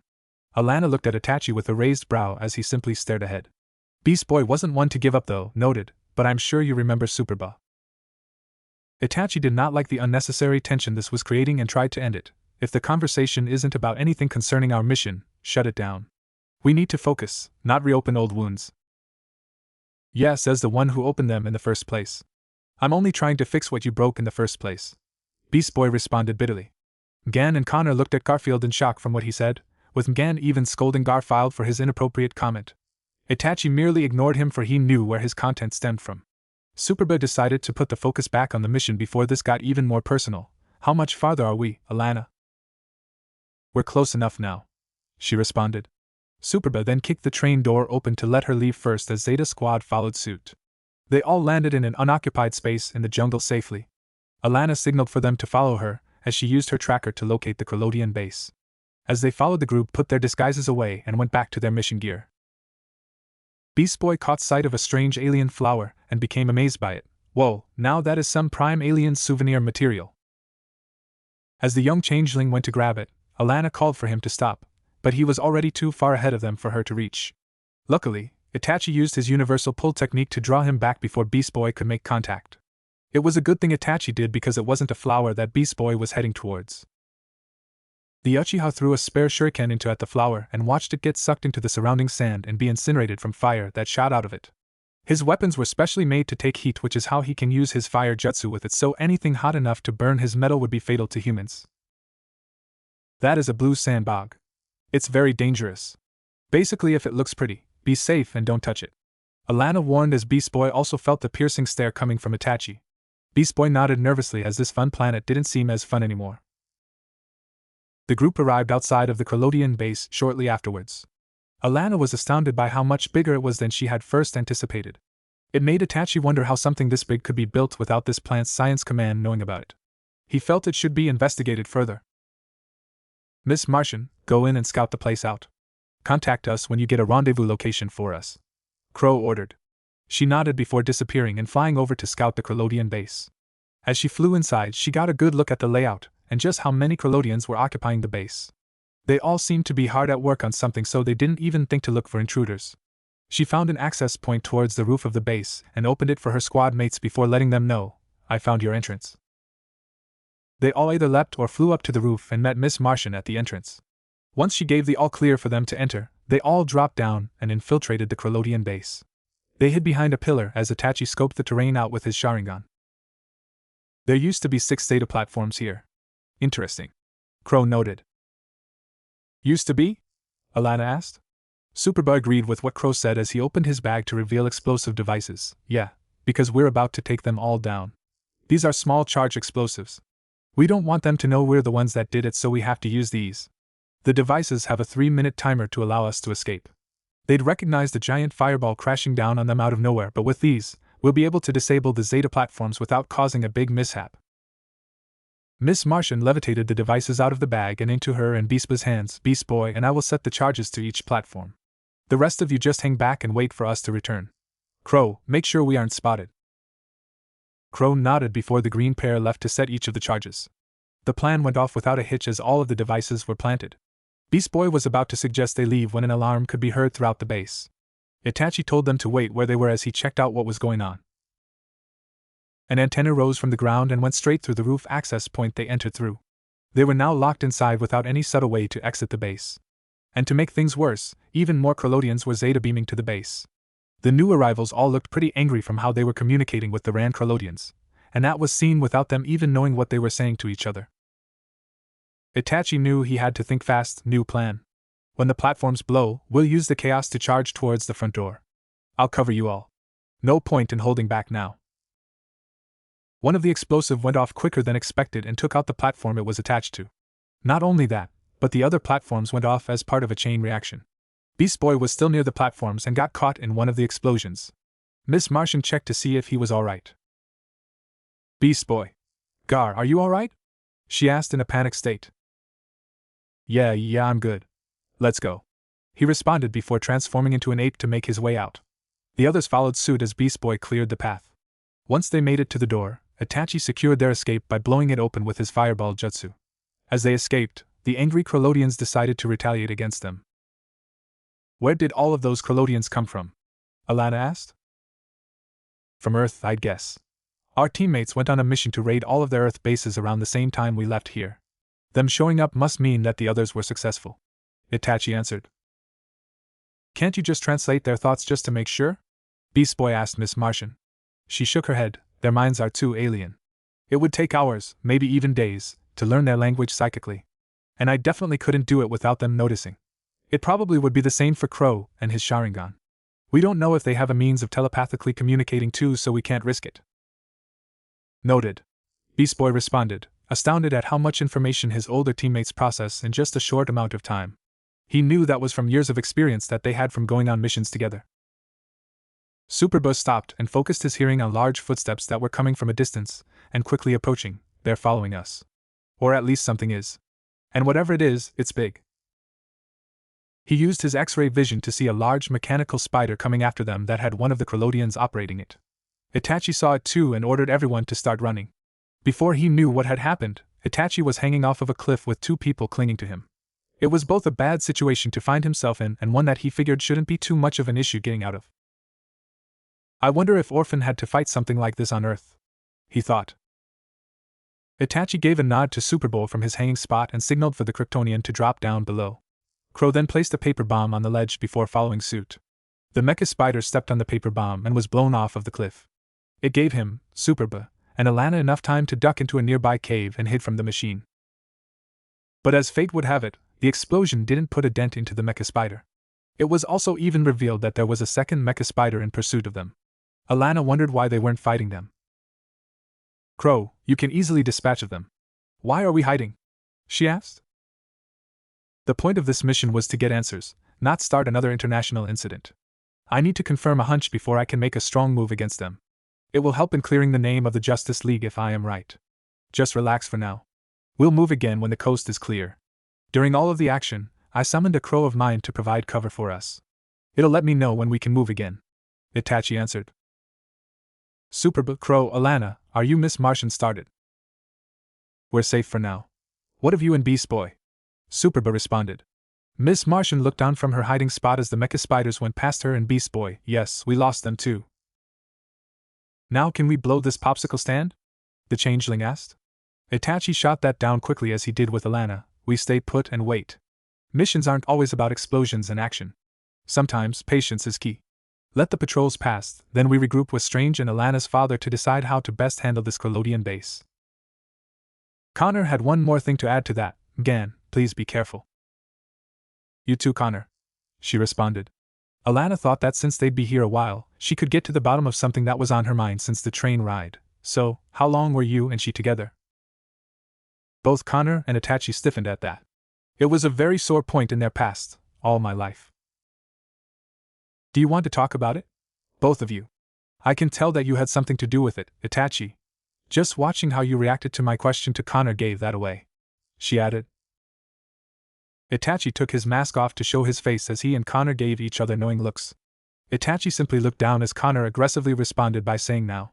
Alana thought that was because he was scared that Gan would overhear them, but Itachi explained how their link didn't work that way.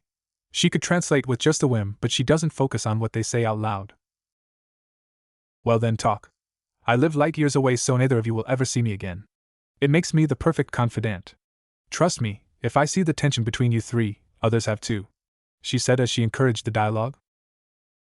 It's complicated and something I never wanted to do, especially to my friends, my family, Itachi said with shame in his voice. It's not your fault, man. Stop putting this on your shoulders. It had nothing to do with you, I swear. Connor responded. Alana thought he had no reason to be ashamed. I have a crush on someone from an alien planet that I don't even understand. Who am I to judge? I'm the reason Connor and Gan broke up. Years ago, I went on a mission to find and rescue my daughter from an evil association. I had to leave the team to avoid dragging them into a war I was going to wage against them. The League of Assassins are killers, and wouldn't hold back against murdering my friends. I told none of them where I was going, except for one person. Itachi started. Gan, right? Alana asked. Itachi nodded. Yes, I needed her to do the favor of a lifetime for me. I needed her to lie to everyone for me so they wouldn't look for me anymore, and I needed her to help heal someone close to me who was broken at the time. I didn't think my mission would take as long as it did. Questions started getting raised from what she told me about 6 months in, and about half the team started to think she was hiding something. I see, and were you one of those people, Connor? Alana asked.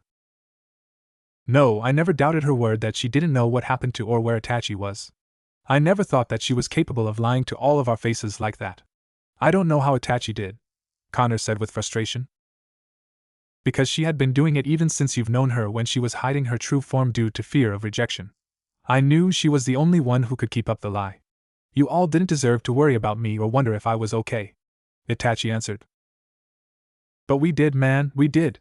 It tore us apart at first. Made us feel like useless friends, but then we started to heal. We started to feel like a family again after deciding that you would come back on your own. Then one day you blow 2 buildings in Gotham to hell and show up in the cave with a daughter. That's not what hurt the most. What hurt the most was that Gan knew all along and said nothing to any of us. Not even me. When Artemis accused her of lying, I was the first to defend her. She sat there and let us all worry for nothing because she didn't think we could handle the truth. When I saw the way you and her were looking at each other when you came back, it told me everything I needed to know. Connor revealed to Itachi for the first time. But you never told me you had doubts from back then. Why did you never bring it up before? Itachi asked. Because it was your secret to keep and I had no right to it. You're like a brother to me, Itachi. More than Superman ever was. It was you who showed me the way, Connor revealed. Itachi didn't know how to respond. Connor just kept going after the silence. I kept asking her though. It would be subtle and I'd make sure no one was around, but I would always ask her if she knew what you were doing this whole time. And every time I asked, she would lie to my face. One day I just got so angry and outright accused her. It was right after Jason's funeral. That's why she was so upset. You and Gan did get into a big argument after that. Itachi remembered. It had nothing to do with you leaving. All you did was expose a side of her I did not know was there or was ready to accept. Alana, I'm a clone. I was grown in a span of a few months to look like how I am now. Out of everyone, Gan was the first to see that I could be more than the weapon I was created to be. Connor explained. It sounds complicated like how you said, but also sweet. How did this end you and Gan's relationship? Alana asked. Gan is a shapeshifter. To her, looks are nothing but clothing for the mind inside. For her it is easy to change how she looks, but I am the opposite. The processes used to create me had a side effect. I don't visibly age at all. I'm not immortal, I age internally, but I'll always look like this. So after I told her I knew she was lying to me this whole time, and when I asked her why, the only answer I got was that she knew I couldn't handle the truth maturely. I knew that we were at an impasse. Connor revealed. This was the first time Itachi heard any of this. He had no idea that Connor had his own inner battles that caused the rift in his and Gan's relationship. It didn't help him feel better because Itachi still felt that he had a hand in accelerating this rift. Alana tried to offer Connor a mulligan. A shapeshifter seems like the perfect partner for someone who doesn't age, she offered. Itachi agreed with her statement, and so did Connor, but they all knew it went above matches anymore. Alana told Connor that she was sure Gan regretted breaking up with him and would reconcile eventually, but Connor knew otherwise. She didn't break up with me. I broke up with her. She left me no choice. A relationship, especially one like how we had, is built on trust. It became clear that she did not trust me, so I couldn't trust her. I'm sorry, Itachi said to his friend. Connor shook his head at him. Say sorry one more time and I'm going to hit you. This isn't your fault, and I don't blame you. I trust you with my life, and I know you only asked her to lie because you thought of our safety. She lied because thought I couldn't handle the truth. Anyways, it's too late now. She's with Logon and he may be a jerk, but he treats her right. It's all that matters now. Itachi thought long and hard on his words before he looked at Connor again with a smile. Connor had just told him the truth about his breakup with Gan, so Itachi felt he owed Connor the truth as well. Carson's pregnant. I found out last night. Connor was shocked to hear this. Alana didn't know who this Carson person was, but she figured she must have been that broken close person Itachi mentioned earlier. Connor put a hand on Itachi's shoulder. You're going to be a dad. Does Gan know? No, she doesn't. Gan will find out when the time is right, but I wanted to tell you first. When the baby is born, I want you to be the godfather, Itachi requested. Why me? Connor asked. Itachi looked him in the eye before speaking. Because other than Artemis, you understand me the most, Connor. When Joker took Jason away, and I was buried in pain and anguish, you kept fighting to shine the light back on me. You never gave up on me and always trusted me, so I'm returning the favor. I know that if something were to happen to me, that our planet would be in good hands with you as its protector. So what do you say? You can count on me, man, Connor said as they shook hands. Alana watched the two and smiled to herself as she hoped she'd get a friendship that was close as theirs one day. More mecha spiders had been unleashed in search of the heroes, which led to them hiding even longer than expected to avoid being spotted. Beast Boy was in the shape of an alien creature as he watched a patrol of 3 of them pass them by. They're gone. I bet this mission is accomplished. Up high, sis. Miss Martian decided to surprise Beast Boy with a strong hug from behind. Ow. What was that for? Nothing. It's just family purgative. His sister figure happily responded. He shook his head at her. How come I don't see Itachi do that with Cass then? Because Itachi isn't as fun as I am, Gan said as Garfield snuggled his way out of her hug. He then started to swing on branches without a care in the world. Race you to the mag rail. Slow down before some carnivorous tree tries to take a bite out of you, Miss Martian warned of the young hero. Don't worry. You can just give me another blood transfusion. I wonder what power I'd get this time. He wondered aloud. The power to listen to your adoptive sister, maybe? That would be really useful, she playfully responded. Beast Boy landed on the ground upon seeing a waterfall and fell into some sort of blank state. He even changed back to his human form and all. Worried, Gan went into his mind to see what was wrong with him. What she saw turned out to be a painful memory of the murder of his mother by the hands of Queen Bee. Oh, Beast Boy, I'm so sorry. I should have been there, done something. But it's not your fault. You couldn't have stopped Queen Bee. I miss your mom too, but we have to keep moving. It's not safe here. Please, Gan said softly to him as tears flowed down his face. Little did they know, they had been spotted by the Krolodians. Before the pair could react, they were tranquilized by a mecha spider and captured. Once they were secured inside of the metal contraption, orders were given for the other Krolodians to prepare the base for launch. The aliens were getting ready to go back to their home world, Krolodia. Itachi was at the base of the cave entrance looking for a clear path to move forward. His crows up above told him that the coast was clear, so he decided now was as good a time as any to regroup with Gan and head to the magrail. I can see the path to the magrail. We should move now before something else deters us, Itachi ordered. Got it. Let's go, Alana, Connor said. She responded, but in her native tongue, not the telelinked language that they were all sharing. This made Itachi and Connor worry about her, since that only could have happened if Miss Martian's mind was either preoccupied or unconscious. Connor decided to check in with her. Gan, can you hear me? He looked at Itachi for confirmation, but the Uchiha didn't get any response back either. Connor's face hardened with concern. Itachi, something's wrong. Yeah, sounds about right considering how our mission has gone so far that one of us gets captured, Itachi surmised. The group left quickly after that. Using Itachi's scout crows, they found and tracked down all three of the mecha spiders. They were heading back to their base and made no attempts of being incognito. Itachi used his universal pull to drag one of the mecha spiders back and alert the others of his arrival. The other two proceeded to keep moving towards the base. On the way there, Alana was able to grab the attention of the second mecha spider. It followed after her against the orders of its chain of command, and wound up falling into the same sand trap that almost killed Garfield earlier. It incinerated the mecha spider as Alana swung a vine over to spare the Krolodian's life. Connor's assault was a lot less elegant than the other two, as he simply crashed down from above and ripped the Krolodian from his cockpit before it had a chance to use any defensive maneuvers. He used his enhanced vision to see where Gan and Garfield were being kept and freed them as he ripped the doors open. He carried Gan out of the cell first, and Itachi could swear that it was like they were still a couple. Itachi went over to check on Garfield, whom turned out to be fine himself. They all looked up to see the Krolodian base in the air as it began to fire at the group. Connor used one of the mecha spiders to shield them from the blast as Itachi searched for a weak spot. Are they still trying to capture us, or is it just a bitter revenge thing now? Garfield asked. Itachi finished his search in enough time to respond, it doesn't matter.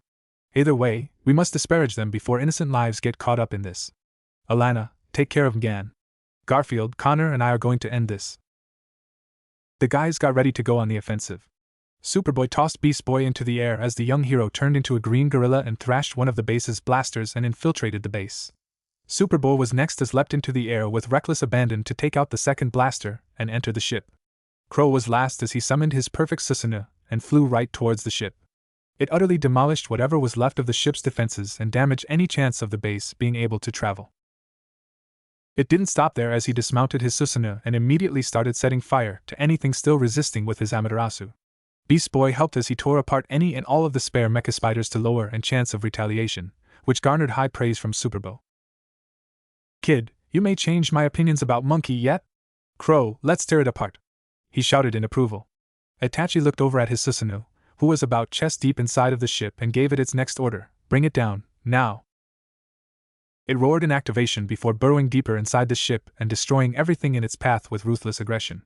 The Krolodians didn't stand a chance. From below, Alana could hear the roar of Crow's Susanoo and see the damage it was causing as the base was engulfed in black flames and explosions. She was glad Itachi was on her side rather than be an enemy. She turned her focus towards Gan and started to start a chant. The chant worked after a few tries as Miss Martian regained consciousness, and the language link for Alana had been restored.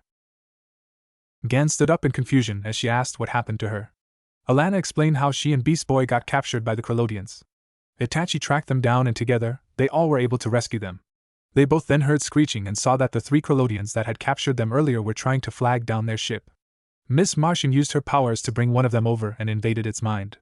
She left it in a broken state by the time she was done mentally assaulting it, and took its satchel before dropping it into the dirt without a care or concern as to the damage she may have done to it. The scene left Alana frightened. What did you just? Miss Martian ignored her as she walked away. Back on the base, the carnage was still going on. Superbee used his strength to drag and throw an empty mecha spider at one of the ship's reactor cores as Itachi took it a step farther, and used his almighty push to force it out of the ship and onto the ground below, creating significant damage. And this was all while his Susanoo was still running amok inside the ship. Even after all of this damage, this thing can still fly. At this rate, We'll be stuck on this ship if we stay any longer, Crow thought as he felt the ship stay on its course. He leapt over to where Superboy and Beast Boy were and decided that enough was enough. We've done all we could. This ship is going to depart soon. It's best that we are not on it when it does. Let's go. Superboy and Beast Boy wasted no time in leaping out of the ship. Crow stayed behind just a few moments as he saw something on one of the walls.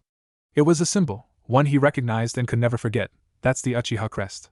How do they know about my clan? He heard another rumble as he felt the ship get ready to shift gears and leave the planet. He cursed the timing of it all but swore to himself that this wasn't over as he leapt out of a nearby opening in its hull. Crow landed safely by his squad just in time to see the ship go into hyperspeed and leave the planet of Ran. Superboy quickly turned to see that Miss Martian was back on her feet. Are you okay? I'm fine. I even got this souvenir for Beast Boy. She responded as she tossed it to Beast Boy, who relished it with satisfaction. Crow looked over the satchel and was about to ask where it came from when he saw the 3 Krolodians from earlier. Well, 3 was a stretch since one of them seemed to be in a coma as the other 2 dragged it away out of concern. That did not sit well with Itachi since he figured there was only one way its mind could get like that. Gan, what did you do? Connor started, but she cut him off. That also did not sit well with the squad leader. Forget about that. Itachi, we have to get back to Earth. I know what the Justice League did on Rimber. I know what happened during their missing 16 hours and it is not good, Gan said in a grave tone. Before Itachi could respond, he felt his hand grow hot. He looked down and saw a kanji written in blood form on his palm. It spelled out home. The look on his face immediately turned into one of worry, as that could only mean one thing. Gan felt the distress on Itachi's mind almost instantaneously, and asked her dear friend what was wrong. She created a private link so that the others couldn't know what was going on. Itachi, what's wrong? Gan asked. They're all in danger. They have to be. It's the only reason my seal would have gone off. I have to go. I have to get back to Gotham before anything bad happens. Itachi responded. Who is in danger? Of what? Please, Itachi, let me help. She begged. You can't help me. You need to get that information back to the League. That's an order, Itachi commanded. But you're my friend, she argued. Itachi shook his head. That's why I can't let you follow me. I'd never forgive myself if you got hurt because of my failure. What happened to Jason will never happen to anyone I care about again. Goodbye for now. She didn't know how to respond when her friend brought up Jason. He rarely ever talks about him, let alone bring him up himself. Itachi disappeared after that, presumably to head back to the Zeta Beam. Superboy, Alana, and Beast Boy all had confused looks as to what just happened. Connor quickly picked up based on how sad Gan just got that something bad just happened. Will he be alright? No, he won't be. Not while there are still people who could harm those that he cares about. She sadly responded. I wish he'd let us help him, Superboy said with his head down. Beast Boy had a look of confusion. Who says we can't? Superboy and Miss Martian both look at the boy like he had 2 heads. Alana added to his confusion, if your friend is in pain, go to him and help him out. It's what he would do for you, is it not? Connor had to chuckle at that, remembering all of the times Itachi sat and talked with him. Gan also reminisced at just how good of a friend Itachi had been to her over the years, too. They looked at each other and nodded with determination. You're right. Itachi would help us out. So let's go help him. He's not alone. He never will be again. The League can wait. Let's go to Gotham, Gan declared. Back in Carson's home, the situation, while not as hostile, was still a dire one. Carson, Cassandra, and Ayumi were all sitting in the living room of the apartment. Carson had the cut on her hand bandaged. It wasn't too deep so it wouldn't require her kneading sticks. Ayumi made herself tea as she prepared to explain to her adoptive granddaughter what she was doing here. Cassandra felt confused about all of this, but she kept a calm front for she already had set forth one of the contingencies laid by her father. She didn't crash through that window just because it was the quickest way in. The young vigilante could have easily found a quieter way in to sneak up on them, but that would mean that she would be at their mercy. As great as a warrior that Cassandra was, she knew that such a fight would be foolish. Carson doesn't know this, but that window had a seal transcribed into it. The seal was the kanji that meant home. She was to only activate it if Ayumi were to show up at their home and Itachi wasn't there. The same kanji would show up on his hand and he'd know that Ayumi was in their home. Cassandra just had to keep the villain placated because it was only a matter of time before her father shows up to tear Ayumi apart. Well, granddaughter, what do you want to? Ayumi started, but the young girl was already on it with questions. Why you here? What you want? You really trained Carson? When, where, and how? You here to fight father? Cassandra demanded. Ayumi shook her head. Itachi's tact obviously hadn't fallen upon his daughter. I'm here to check on Carson. It's been a month since we last talked, and I got worried about her. Is it wrong for a teacher to worry about her student? I have trained Carson and the results are even better than I could have hoped for. Itachi would be so happy at the progress I've made. No! Master, you promised not to tell him. If he found out that I sought you out and that we'd been meeting all this time, he'd never forgive me. Or worse, he'd try to get me to betray you. Carson said sadly. You betray her, not you betray him? Cassandra internally thought. She did not like where Carson's allegiances seemed to be, but for the purposes of stalling, she decided to keep them talking. How this start? I met Master Ayumi shortly after your father went looking for you. Like a month, maybe even 2 after he left. Miss Martian's sessions weren't exactly giving me the results I was looking for, and I knew that I needed more. Ayumi helped bridge that gap. She worked with me in ways Mgan never could, and I got stronger because of it, both in body and mind. I can finally say that I'm not weak, and that is because of Master Ayumi. Carson explained. Master? You know what she did to father, to your brother. Why loyal to her? Cassandra asked.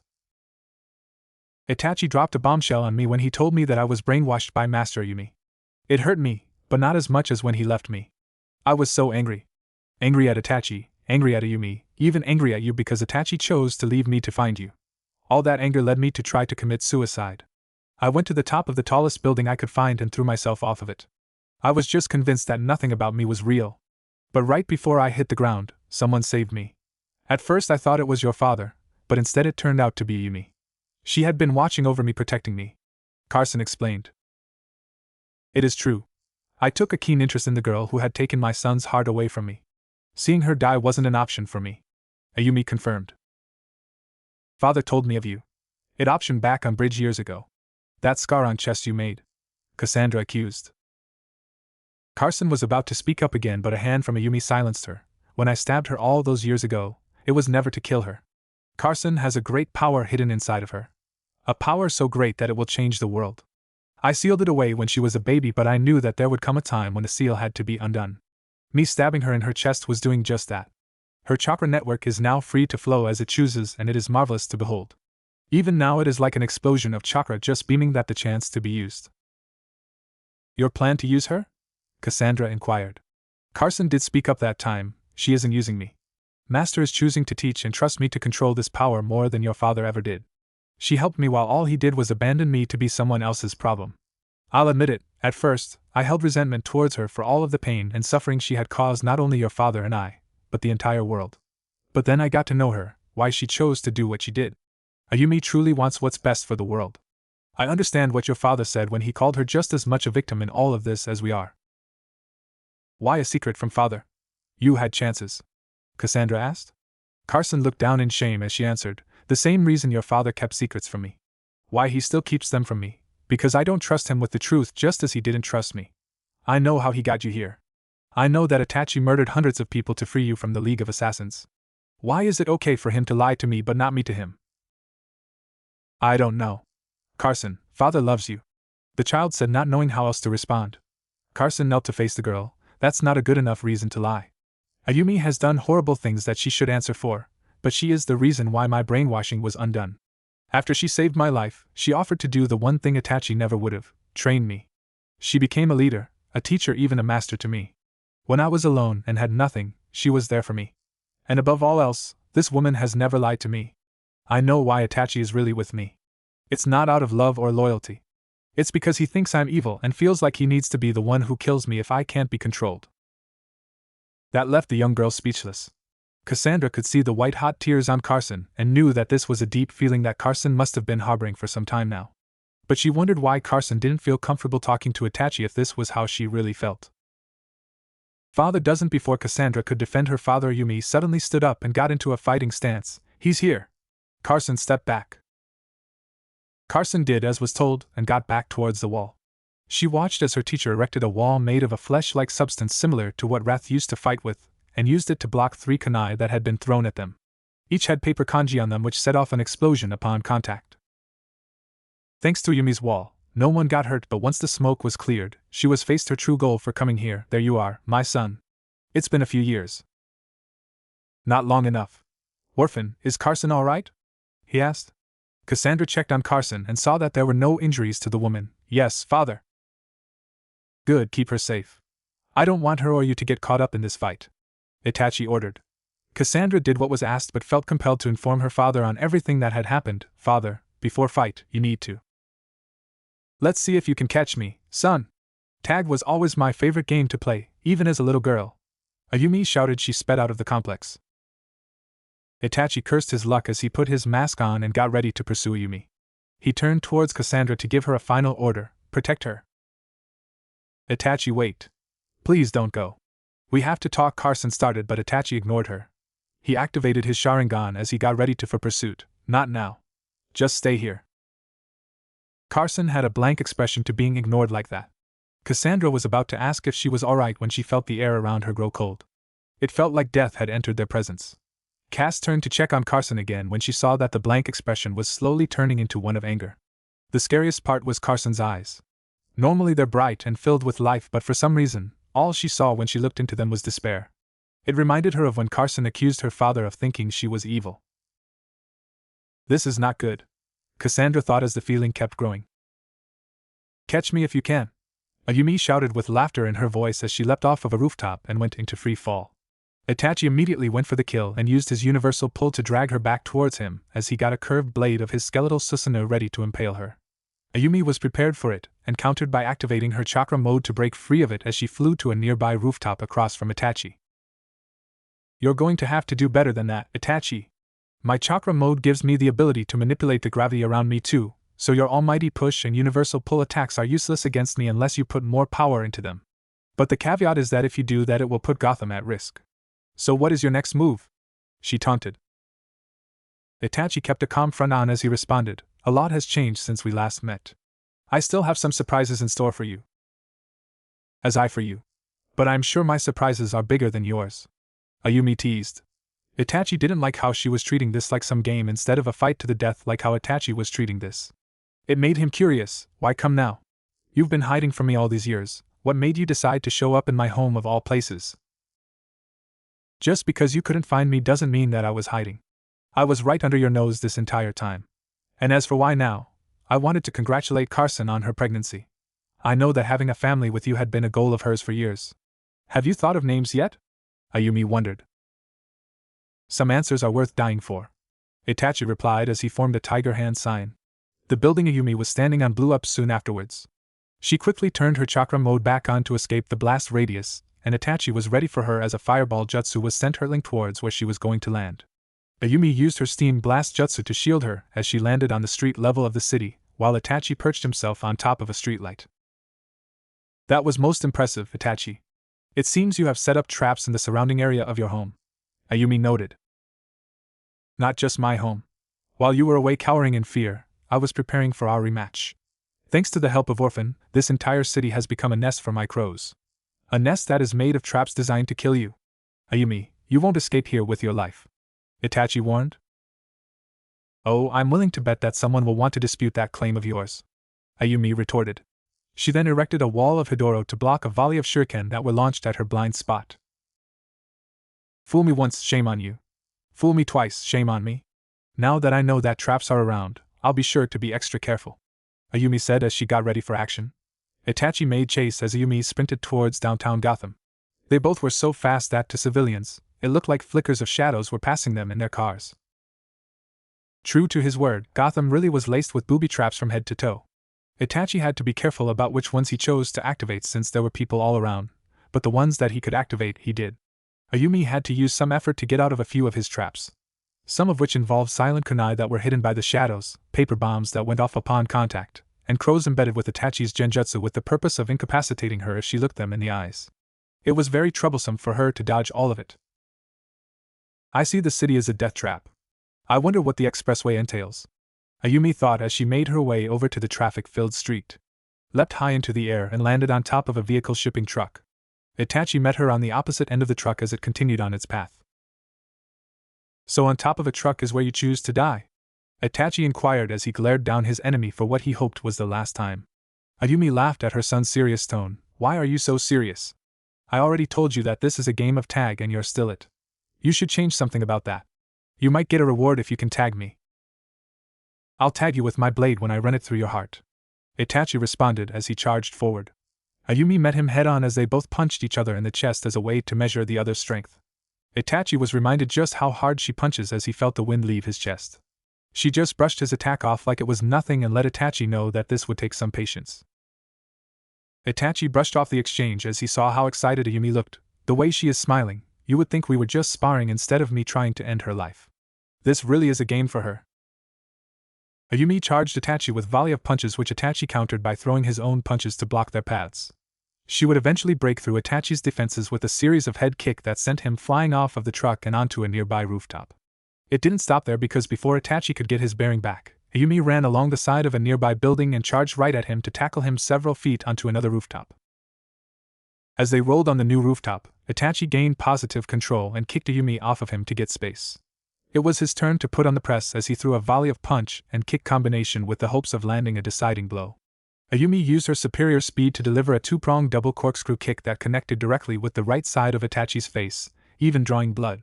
Itachi countered by summoning the skeletal right arm of his Susanoo and punching her out of the air while she was still defenseless. It led to another stalemate. I see. You're aiming to neutralize my right eye using your speed. Do you fear my Rinnegan that much? Itachi inquired as he wiped the blood from his face. While I don't fear it, the eye certainly does worry me. Can you blame me for wanting to take it out of play? Besides, this was only supposed to be a game. But that last attack of yours was meant to cave my chest in. Son, you are as merciless as ever. Ayumi replied with a playful smile. I told you that I'd tag you by way of impalement. I'm certain I conveyed that to you clearly. This is no game to me. Itachi replied with a stoic face. You're enjoying this just as much as I am, aren't you? I know it to be so because you are my son. I can feel your aura get lighter with each hit you throw. Ayumi shouted as she sprinted at Itachi. They exchanged blows again with a flurry of attacks. Itachi gained the advantage first when he caught Ayumi by her arm and used it to slam her down on the ground. He quickly summoned a hook sword of his Susanoo and tried to impale Ayumi with it, but she moved swiftly to avoid the attack. Itachi charged at her and landed a devastating skeletal punch that sent Ayumi flying from the rooftop and into the side of a nearby building. He didn't spare her even a minute before he continued on with an attack. He charged at her with a curled fist of his skeletal Susanoo's right hand and showed every intent on pummeling Ayumi with it. She got ready to counter it, but without warning, the skeletal fist disappeared. The move left her confused, but she quickly caught on that the fist was only meant as a misdirection because now she was wide open to a frontal assault by Itachi as he had a jutsu ready to attack her with. Fire style. Giant fireball jutsu. Ayumi tried to cover up, but she wound up taking most of the attack. Itachi quickly followed after her, but Ayumi was able to use the smoke and her speed to evade Itachi till she was ready to attack. It's my turn. Fire style. Giant fireball jutsu. The fire blast connected with Itachi and sent him flying through two buildings before he regained his footing and stopped in the middle of the third. Ayumi tried to press him, but Itachi used his superior visual prowess to block her kick attempt and land a solid uppercut to her jaw before following that up by throwing her from the building. She wound up landing in the one place none of them expected, the Gotham Botanical Gardens. Itachi landed a few feet before her as Ayumi got back onto her feet. Both were tired and sporting injuries, but neither showed the intent to back down. Ayumi took a deep breath before she spoke. This was your favorite place to visit whenever you had things weighing on your mind. It's how you got your truth out. Son, it's no accident we arrived here. You may not realize it, but there is a truth that you have been holding and that you desperately want to let out. Please tell me your truth. I promised an impalement. That is the only truth I care about. Itachi responded as the two sprinted towards a clash. They both knew that they were evenly matched. The person who gets the first strike would win. Ayumi struck first by using her enhanced speed, but Itachi used his eyes to read the attack and slipped under her right cross and unleashed a barrage of strikes upon her. Combination after combination, hit after hit, Itachi had completely taken control of the fight as Ayumi could only block and wait for an opening. She tried to back up to get some distance. Itachi disrupted that notion as he used his universal pull to bring her back to close range to re-engage the assault. Itachi had summoned the curved blade of his Susanoo to try and end this fight. It's over, Itachi thought as she got closer to the blade. Ayumi thought fast and used her steam blast jutsu to melt the curved blade before it made impact, and charged up her chakra mode to break free of the universal pull. The fight was at another standoff. You will have to do better than that if you are going to beat me. I'm too fast to get hit by such a slow target. The only reason you beat me last time was because your brother stuck his nose in business he didn't belong in. It's different now, you're alone just like how you always wanted it. There is no brother here to help bail you out this time," Ayumi said as she got ready to attack. "Who says he doesn't have a brother?" Ayumi and Itachi turned to see Superba sneak up from behind and ready to strike her from behind. Ayumi was not impressed. "If my son is slow as a snail compared to me, you might as well be a rock or even a corpse." She got ready to turn around to counter Superba, but was stopped by a frontal attack by Itachi as he took advantage of Superba's distraction. Itachi was able to impale Ayumi's stomach with his Susanu's curved blade. She started hacking up blood as her situation went from bad to worse when Superba clobbered her with a two-handed hammer fist to the back of her head. He must have remembered that Ayumi can heal. "Don't let up," Itachi thought. "Let's see if your eyes can keep up with both of us," Superba thought. There was a giant hole in her chest from where the blade made impact, and steam was being emitted as she attempted to heal. Too bad for her, it was like Superba read his mind because he started attacking her again. He hit her with a left cross and Itachi followed that up by using a kunai to stab into her left hip to halt her movement. Superba then landed a powerful backfist with Itachi using that to stab her left eye with his kunai, and using his free hand to land a knife-end chop to Ayumi's throat to restrict her breathing. The strategy was obvious. Connor dazes her while Itachi injures her. It was simple but effective because the attacks were so close together that she wasn't able to predict which one would land first and counter it without being hit by the other.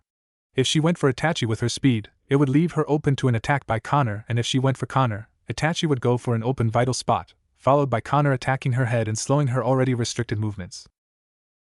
She was stuck and she knew it. Ayumi felt something she hadn't felt for a long time. It was a fear of her death that was quickly approaching. She needed to break them up now or else they'd definitely wind up killing her because her chakra was starting to get low, which meant that her healing would stop. Ayumi used the one technique that she knew would put a stop to this, Susanoo.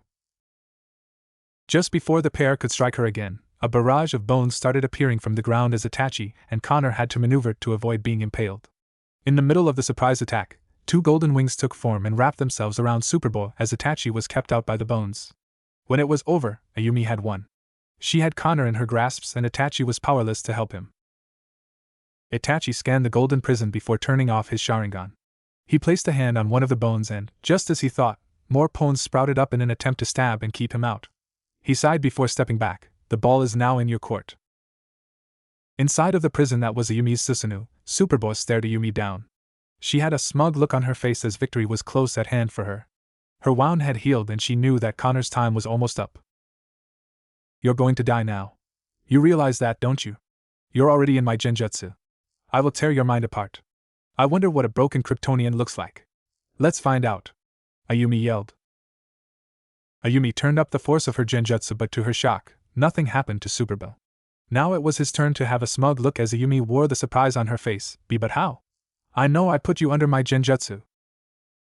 "Well, for one, I'm not Kryptonian." Ayumi's shock grew as the alien man turned into an alien girl with green skin and red hair. "As it turns out, the whole time it was Miss Martian who had been fighting. I'm Martian, so you're going to need more than this to affect my mind. You thought this prison would keep Itachi out, but in reality, it will keep you in long enough for me to break you. All I needed was for you to establish our mental connection with your eyes, and you fell for the trap." "You're right, I will need more than genjutsu to defeat you, but you know the great thing about you being Martian, your physiology makes you weak to fire. I remember maiming your uncle with my flames all those years ago. I'm not trapped here with you, you are trapped in here with me. You will burn," Ayumi threatened. "Not if I break you first," Gan responded as both got ready to try and finish the other off. On the outside, the real Connor had revealed himself to Itachi. From the looks of it, Itachi showed no sign or surprise to him being there. "I told you both to stay back, and yet you still chose to pursue this fight. Are you really that surprised about it? We never let you go at her alone. How do you know again that you were fighting with?"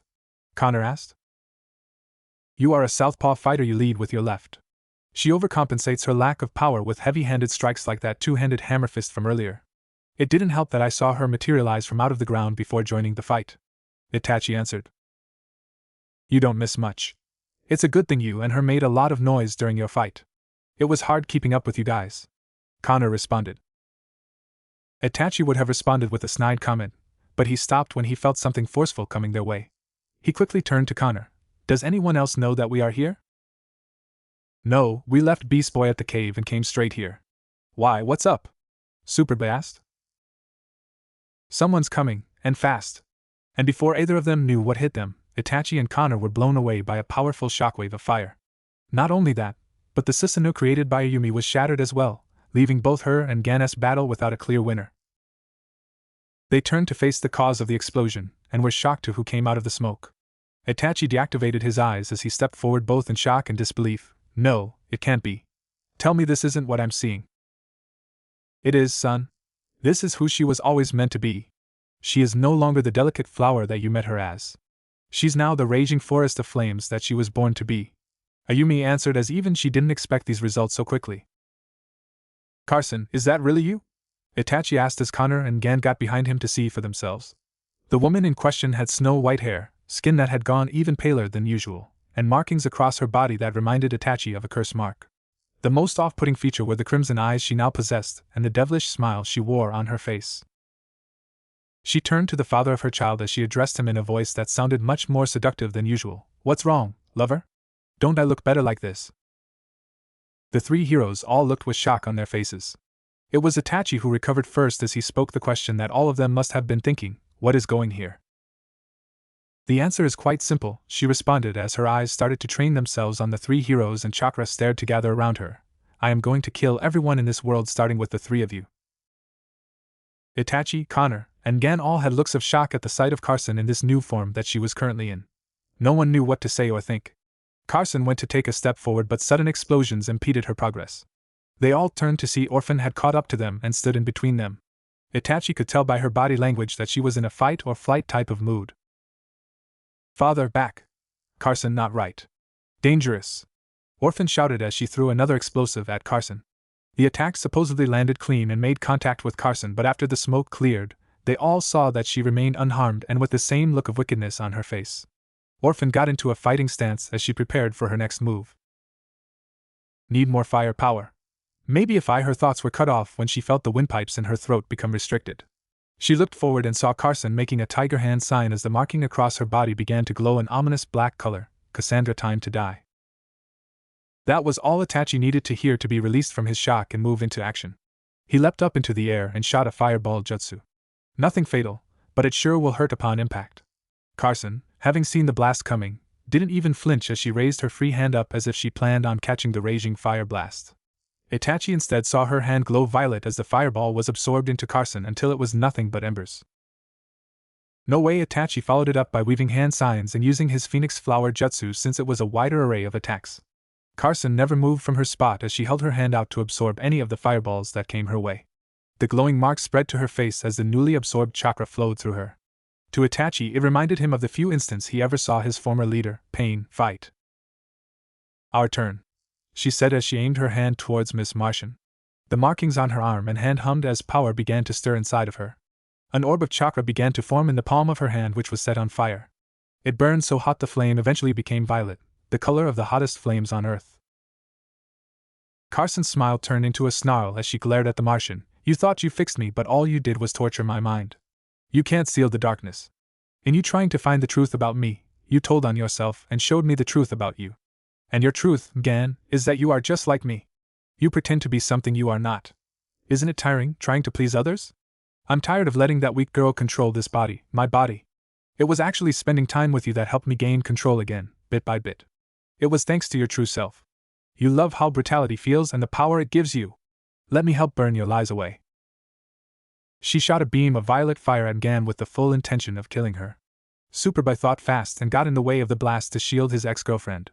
It was well known that Kryptonian flesh was as hard as steel and almost impossible to burn because of it, so it was a shock to all parties as they smelled burned flesh from Superboy's back.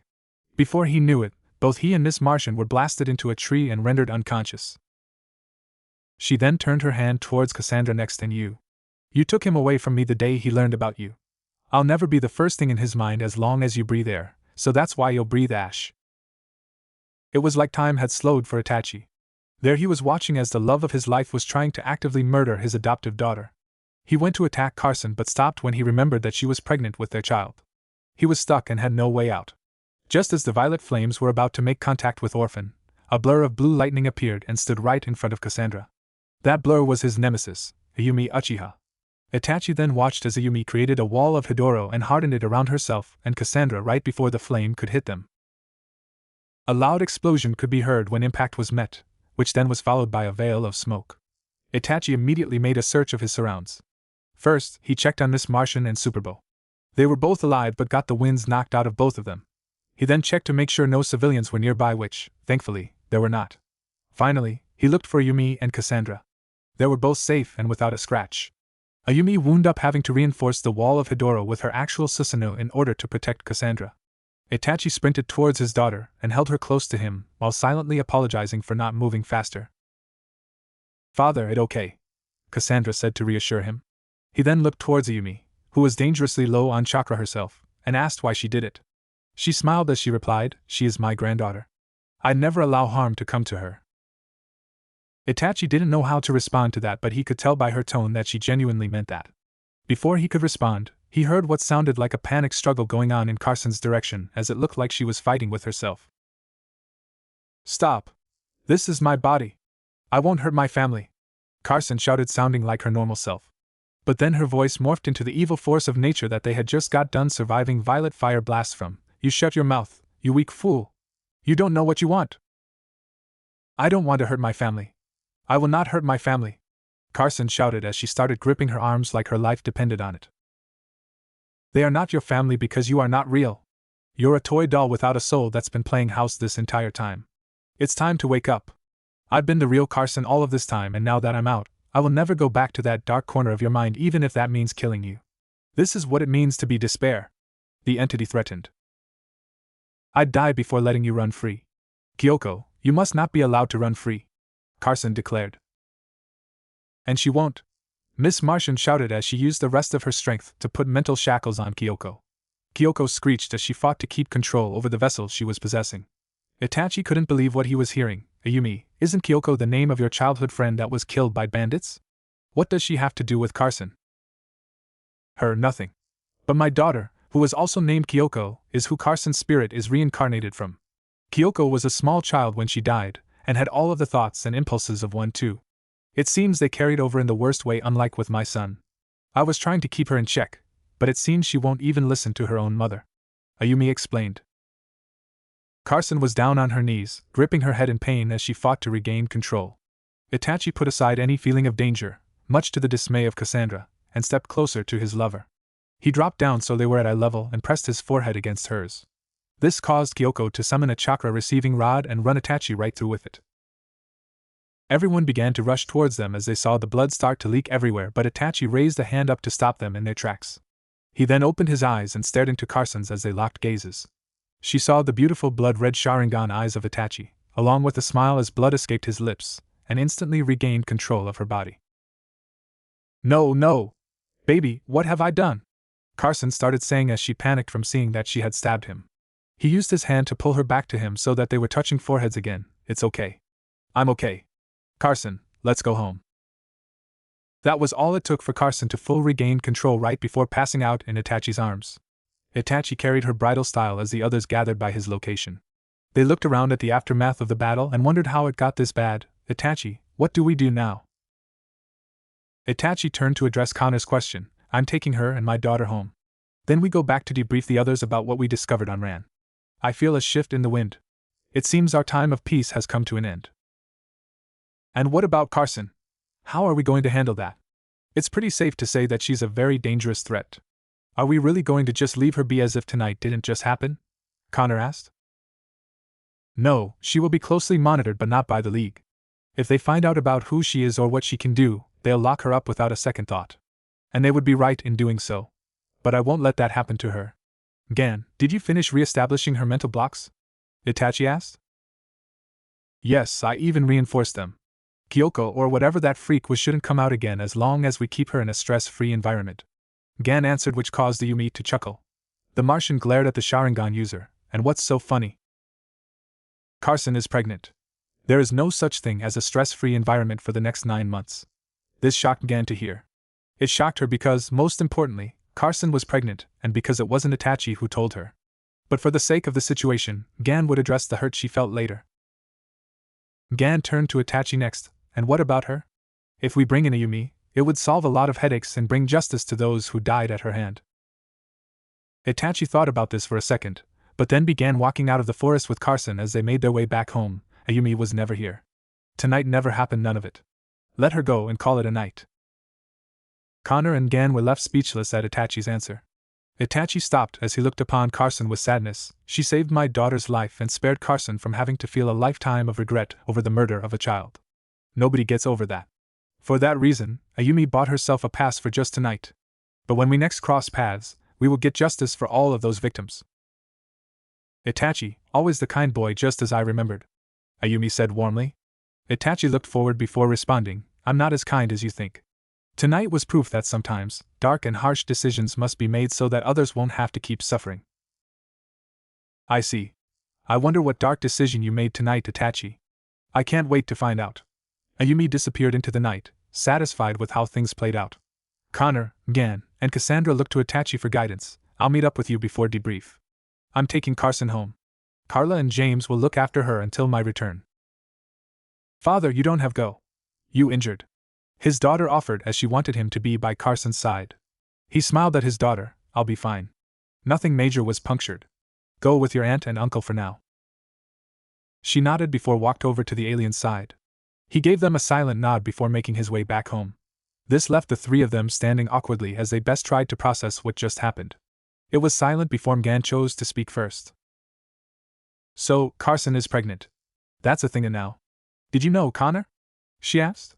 He smiled as it felt good to be in the know about something concerning Itachi before Gan was, since it almost always wound up being the opposite. Yes, he told me during the mission.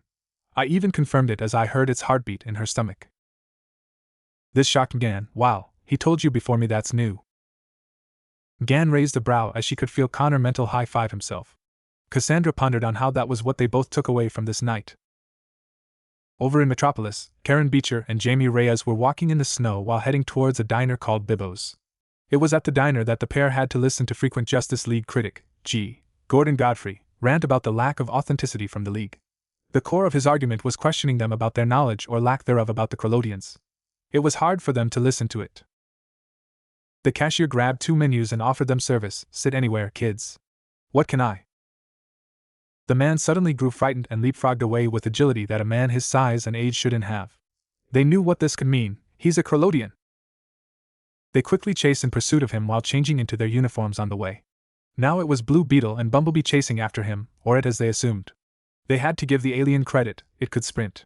Even with enhanced powers, they found the chase to be difficult. It didn't help that it was leaping around like an Olympic gymnast.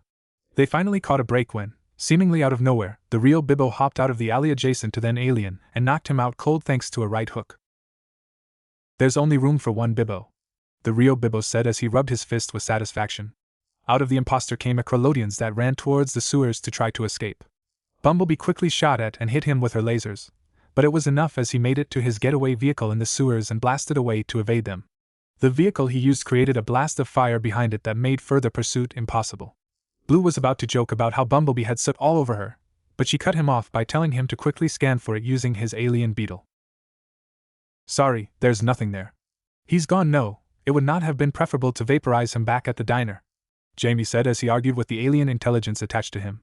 This gave him frightened looks by Bumblebee and Bibbo as he knew he should have kept that exchange in his head. The runaway Krolodian used the sewers to make his way back into the harbor where a sea vessel was awaiting it. It entered and was greeted by the sight of other Krolodians, and the infamous villain himself, Black Mantis. Welcome aboard. Dive. The vessel then dove underwater to complete the escape from the League. The next morning, Crow, Orphan, Beast Boy, Superboy, and Miss Martian had joined the rest of the team in the Star Labs facility in Taos. Nightwing, Wonder Woman, Green Lantern, and Captain Atom were waiting as the Zeta Lab opened up. Nightwing and the others immediately had questions like why they were coming from Gotham and not Ran, why Orphan was with them, and why did everyone look so banged up. Itachi quickly came up with excuses. I had a personal matter to attend to in Gotham, it took priority. Itachi answered. That wasn't good enough for Atom, priority over the security of Earth. Yes, Itachi replied. Atom was about to press more about it but Nightwing cut him off. Is everything good in Gotham? I saw on the news that there was a big battle there but the guy you were fighting was never identified? Who was it and why didn't you call for backup? It was personal, Itachi said. He then looked at the others. Orphan and Carson got an uninvited guest which led to that battle. I never got the person's name, I just rushed in once I was notified. Had Miss Martian and Superbun not been with me when I got the alert, not even they would have been involved. It's handled now. We need a detailed report on what happened, Wonder Woman stated. Itachi turned towards her as he spoke, and you just got one. Now she was about to get mad, but Strange went to de-escalate things. Guys. Let's get back on focus on the reason we are all here. The Krolodians. We made a discovery back on Ran. Yeah. Nightwing, check out my super cool alien souvenir. Beast Boy shouted boastfully and totally unaware of the tension in the room. Gan gave her adoptive little brother a serious look before addressing him. Gar, business first. Noted. He replied with disappointment. Nightwing addressed the whole unit. Zeta Squad, report. Itachi took lead. Our mission to neutralize the Krolodian Zeta platforms on Ran was a success. I also brought back specks of Ran to create a Zeta shield to prevent any more aliens from beaming to Earth from off-world. Strange added. How will this affect our own Zeta capabilities on Earth? Adam asked. Strange reassured him that it won't due to the altitude of where the shield would be in effect. Beast Boy quickly pulled on Gan's arm to get her to speak. Tell them about Rimber. Tell them about the lost 16 hours. The Leaguers in the room had apprehensive looks now due to them fearing the extent of the damage they could have caused. They hoped it wasn't too bad, but it was.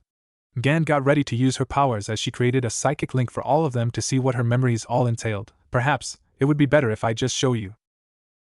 I successfully interrogated a Krolodian general on Ran.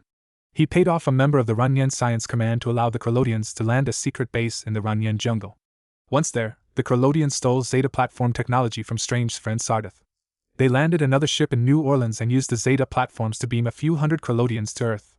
They built more platforms, brought in more Krolodians, and began abducting and replacing humans. She revealed.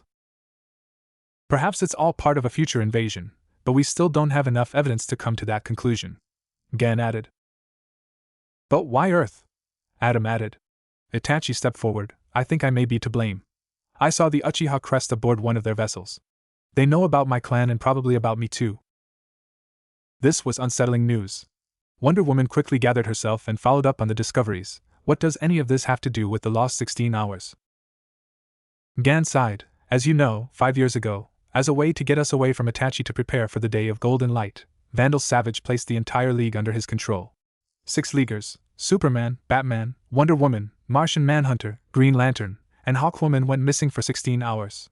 It turns out that you were teleported to a planet called Rimber where you spent 16 hours on a rampage attacking everyone and everything in sight, and announcing in several different alien languages that you were the Justice League from Earth, and the rest of the galaxy should beware.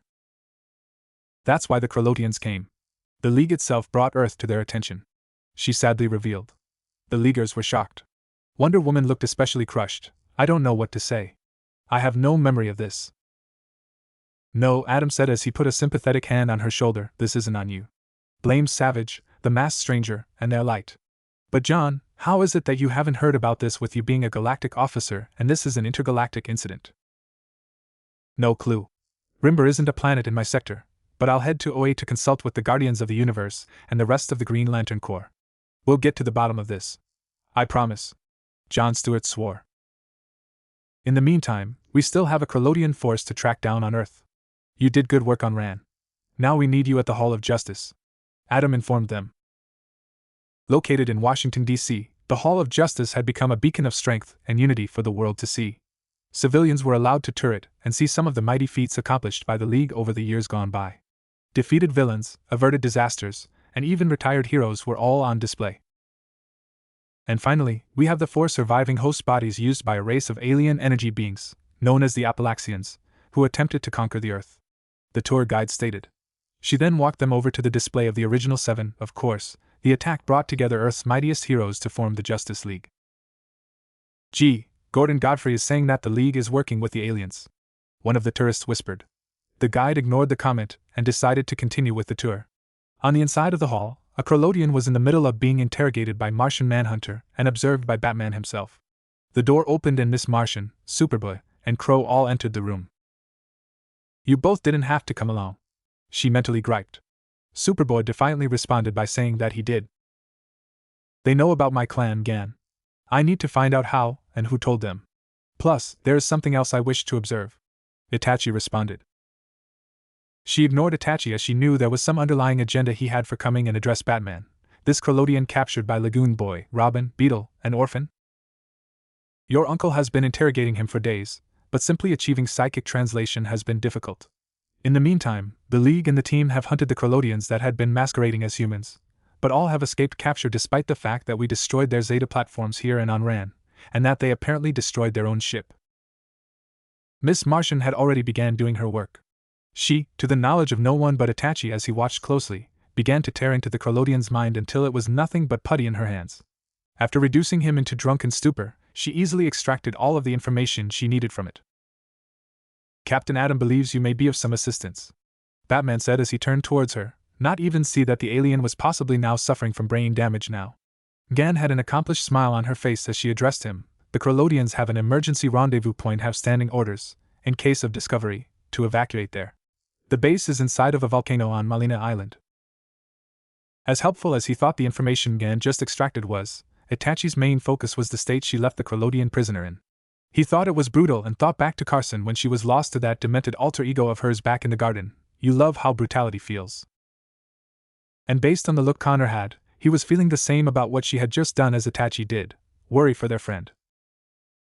Back to said base on Malina Island, a vessel could be seen making its way to rendezvous.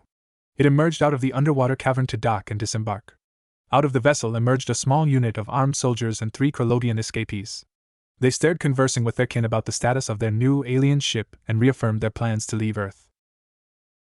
Inside the pilot house of the vessel, the man in the black manta suit opened in video communication to report to his superior, another black manta. We have arrived with the final shipment of Krolodians.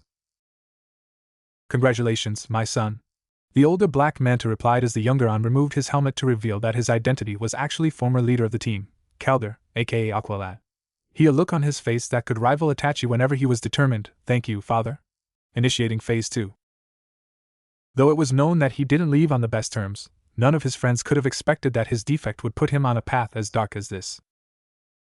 The League and the team were working together on this joint mission to scope out the Krolodian base. Remember, this is primarily a recon mission. We want to discover all we can about the Krolodians before we shut them down and deliver them to the Green Lantern Corps, Batman reiterated. They were taking Gan's bioship and had it in camouflage mode. Inside were Lagoon Boy, Aquaman, Batman, Batgirl, Robin, Nightwing, Crow, and Orphan. They were approaching the first drop zone where the 2 Atlanteans were to depart. They both gave a silent nod before making their dive into the surrounding ocean. They quickly found a sealed entrance to the base and went to open it. Together, my king? Lagoon Boy asked in his Atlantean tongue. Together, Logon. He confirmed before the Pride. The entrance opened with their immense Atlantean strength, and swimming inside. Above ground, the bioship had made it to its second drop zone. Crow and Batman went ahead to clear the guards at the entrance. Crow used a kunai with wire attached to trip up the guard furthest from him, and used his to trip the other 2 up as well before they knew what hit them. They all had specially made helmets to shield their eyes so Genjusta couldn't be used on them. Too bad for them, that meant brute force would be used for incapacitation. The final guard heard when Crow finished off the last guy and turned toward the direction of the ruckus. He saw his 3 fellow guards knocked out on the ground and instantly went for his radio. He turned to get it, but was met with a swift right jab by Batman himself. Let's go. The Dark Knight ordered as Nightwing and the sidekicks followed himself and Crow inside. The base was crawling with Krolodians and their mecha spiders working diligently to repair their ships so they could leave the planet. The grunts were lamenting on their lost chance to make a great profit off of Earth, blaming the Earthlings for discovering them. His companion disputed that claim, instead accusing an unknown player in the game who is called the competitor. It was a big deal amongst the Krolodians as none of them were even supposed to know who the competitor is, let alone that they were on this world. But it made sense to one of them as they couldn't guess anyone else who would hire the main man to expose them like how he did. He even revealed that he was attacked by a competitor warrior last night along with an Earthling who took after a bee. Calder was overseeing the entire operation. It was time for a conditions check. All sectors, report status now. Sector 1 is secure. Sector 2 is secure. Sector 4 is secure. The gap in sectors lit up a red flag in Calder's mind. Sector 3, report status now. Sector 3, report. This made him very concerned as he decided to investigate the issue personally. Aquaman and Lagoon Boy could see Black Manta as he departed his ship, along with the rest of the base. It wasn't just them. Crow, Nightwing, and the others all had infiltrated the base and were stealthily converging in. And Calder saw each and every one of them. So you're here. You have to do better than that to get me. He turned his comms on and spoke to his security force, intruders upper level and in the water. He then let out a fierce energy beam into the water below where he had pinpointed the two Atlanteans. Calder just barely missed them. As he did that, his guard force had found where the others were hiding and started firing on them. The shot at Robin and Orphan first, but two of them were ambushed and knocked by Batman via roundhouse kicks to the head. Crow weaved hand signs and shot out a fireball jutsu at the platform below to take about for more guards out of play. As he did that, two guards tried to shoot him from behind, but Nightwing and Batgirl came in with an assist and took them both down. Robin and Orphan recovered in time to get in on the action as they took two unsuspecting guards by surprise. Robin, by using his staff to easily dispatch with one, and Orphan, as she punched another's head into the wall before throwing him over the nearby rail. Black Manta's security force joining him in shooting into the water to try and snuff the Atlanteans out. Aquaman and Lagoon Boy both exploded out of the water to sneak attack the security unit shooting at them. The Krolodians backed away in fear of being found out, and quickly ran to their mechs to join the fight. Lagoon Boy saw one approaching him and went into attack mode by leaping into the air and destroying it with his raw power. Behind the scenes, a hidden person quietly places a device on a nearby stanchion, turned it on, and departed before he was found out. The Bat family had all they could handle as the guards kept coming and coming. Batman quickly dodged to shots from a blaster, and countered by delivering a straight right cross to knock out a nearby goon. Nightwing and Batgirl had finished off the goons on their currently level, and used their Maneuver 7 to launch Batgirl to the next platform up so that she could begin clearing that level.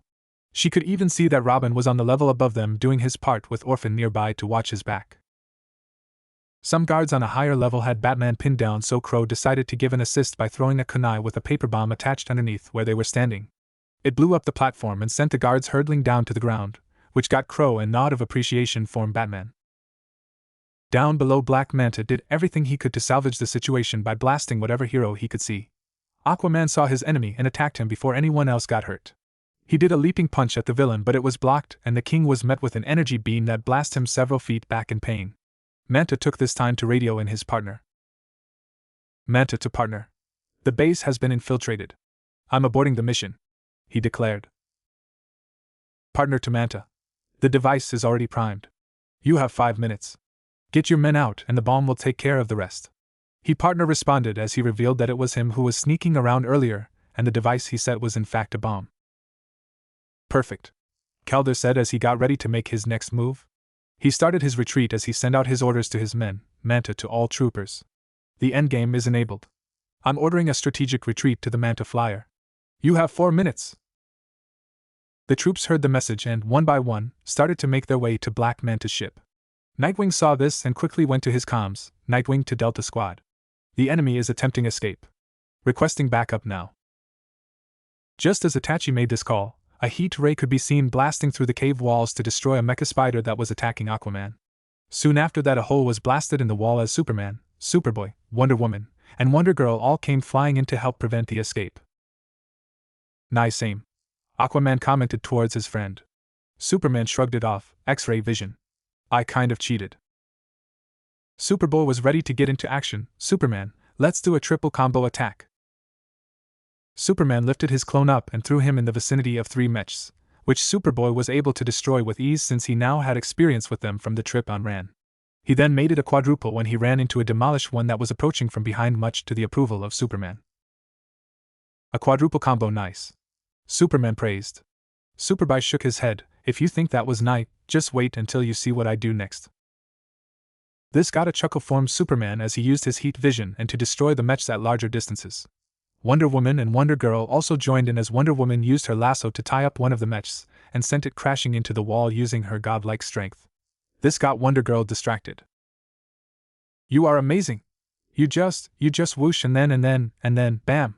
Wonder Girl expressed as she lost track of where she was. A mecha spider tried to shoot at her while she was distracted but was intercepted and blocked by Wonder Woman. This got her scolded. A little less fangirl and a little more Wonder Girl, the heroine said as she black laser blasts. The young hero was red with embarrassment before she recovered. Right, sorry. She then flew into action by using her own lasso and tied to the head of one of the attacking mechs. She then used her strength to yank its head from the rest of the machine and pulled it towards her, and finally launched its head at the other mecha spider to destroy it. A true sight for a warrior. Away from the action, two Krolodian went to a console and pulled out what looked to be a memory card from it without being seen before making their own exit. Time was winding down as Black Manta kept providing covering fire to get as many of his soldiers to the vessel as possible for the escape. 3 minutes to departure. Black Manta was too busy with the cover fire to see Crow deliver a powerful kick that both sent him to the ground and knocked his helmet off. When his face was revealed, it was confirmed that Black Manta was now Calder. Itachi confronted his friend, no, his brother as Aquaman, Lagoon Boy, and Orphan soon joined him. Calder looked both annoyed and enraged at having his mask removed and seeing the sight of his old comrades. Aquaman and Lagoon Boy were both shocked from having seen Calder in the Black Manta suit. Orphan has a look of hurt from seeing someone she referred to as her uncle fighting on the bad side, and Itachi merely stared ahead as he knew this day would come after how their last mission ended. I had not believed Nightwing until this moment, Aquaman said with hurt in his voice. That hurt only made Calder angrier as he responded, you did not want to believe. None of us wanted to believe this. Connor said he saw his friend for the first time in a lifetime. Now he wished he hadn't. How could you betray us? You dare question me? After that so-called hero over there let Tula die. Calder shouted as he aimed his hydrokinetic weapons at Itachi with eyes that burned so hot that the earth itself seemed like it would burn away. The others couldn't believe that Calder blamed Itachi for a team decision. Calder, that was a mission. Aqua Girl knew the risks when you recruited her. Itachi shot back. It was Calder's turn to get personal. It was not enough that you got Jason killed by the Joker because of his obsession with you. You had to go and get Tulia killed as well. You meant the world to her. I wonder who you will kill next. Nightwing, maybe your daughter Orphan? Maybe this time Carson will die because of the decision you make. Or maybe it'll be you unborn child. This got everyone to turn towards Itachi as he kept his eyes squarely on Calder. The Atlanteans smiled as it seems none of them knew by the looks on their faces. That's all you're good for, Itachi. Getting loved ones killed. It is no wonder your brother grew up hating you. Now that was crossing the line to Cassandra. Uncle Cal, how you say that? I not forgive you. Nightwing dropped down to join the group. Calder, it wasn't just on Itachi. We all played a part on that day. His lead, his mission, his call, his choice. That failure and Tula's death is on Itachi Uchiha. Calder responded. No one wanted her to was cut off by an enraged Lagoon Boy. The Atlantean started powering up the more he got angry. Neptune's beard.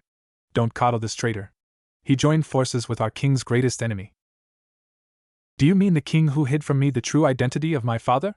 I bear no loyalty to him, or that kingdom he rules over. I am not like Itachi. I cannot betray and murder my own father in the name of a lie. He coldly responded. Aquaman felt hurt for Itachi as Calder wasn't pulling any punches with his words. That was my error in judgment, Calder HM. No one else need suffer for it. Calder then turned his glare towards his former king. All will suffer if Black Manta demands it. Blood is thicker than seawater. He then fired a missile at Orphan's direction. Superman quickly moved to action and blocked it before it could make contact with her. Calder used the smoke from the explosion to make his escape as time was ticking away from the bomb, but he wasn't the only one on the move. He slid down to where the bomb was placed but was met by Nightwing and Crow. Calder, Crow whispered as he and Nightwing emerged from the shadows. Calder quickly turned towards them. I get the two of you alone now, my old friends. No, Superboy shouted as he made his way down too. He used his X-ray vision to follow after them. It's a regular reunion special. Itachi wasn't expecting Superboy to follow. Calder quickly responded to the clone. Fine, you can take me down or you can save everyone from this bomb. I am told the yield is quite impressive. Even able to blow past the Susanoo. This made Superboy charged at Calder, but he was emotional and easily dispatched. Calder gave him a chop to the neck, tripped him to the ground, and started to choke him while applying electricity from his suit. Crow and Nightwing ran to assist them, but Calder let off of Superboy on his own before giving a final warning, you have 2 minutes. He then dove into a nearby pool of water as he made his escape. Back at the Flying Mantas, the security force was getting ready to get away. Wonder Girl and Lagoon Boy were about to give chase when Crow called them off. Negative. There's bomb in the base and time is ticking away. It's of alien origin so I can't disarm it. I'll get it out. Superboy offered. Itachi quickly waved him off. We don't know how it works. The moment you touch or attempt to move it could mean setting it off. We can't risk the children. All squads, evacuate to Bioship, now.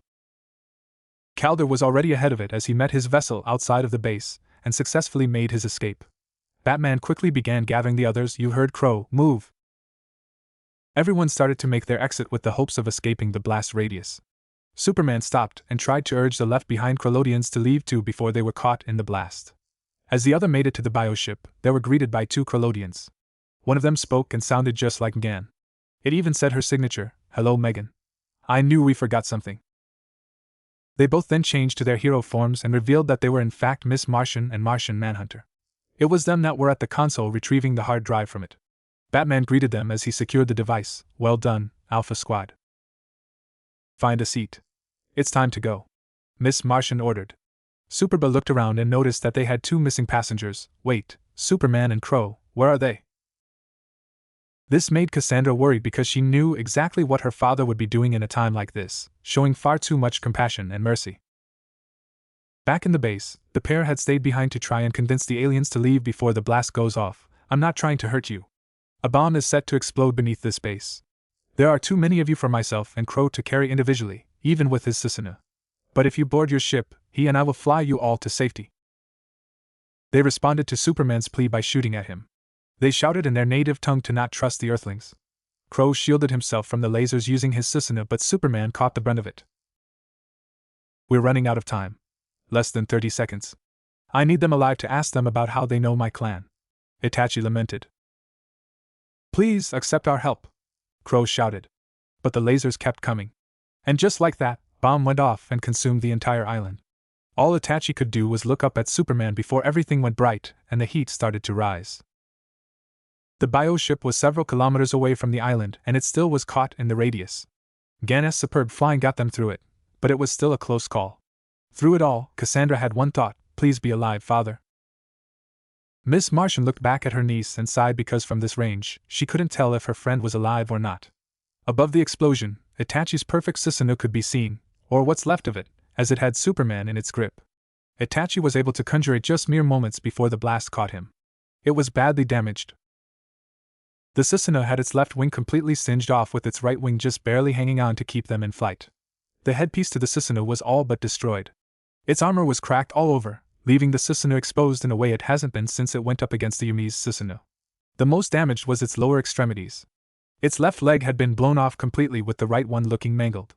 It's probably because Itachi's Susanoo forms from the head down, so when the blast went off, and the legs probably weren't properly formed yet, it gave way to this amount of damage being done to it. Itachi only had scrapes and a few cuts, but Superman's suit was in bad shape as he also got hit with the blast before Itachi could get to him. Eventually, the Susanoo gave way and fully disintegrated. Crow and Superman fell into the ocean beneath them as a result. Gan flew the bioship to their location and had Aquaman retrieve them before anything else could happen. Orphan quickly went to her father and gave him a hug as she was glad he was okay. "He's breathing and his pulse is strong. He'll be alright," Wonder Woman said to update them on his status. "We couldn't save those Krolodians. He won't be alright with that and neither am I," Crow responded with a partly bitter tone in his voice.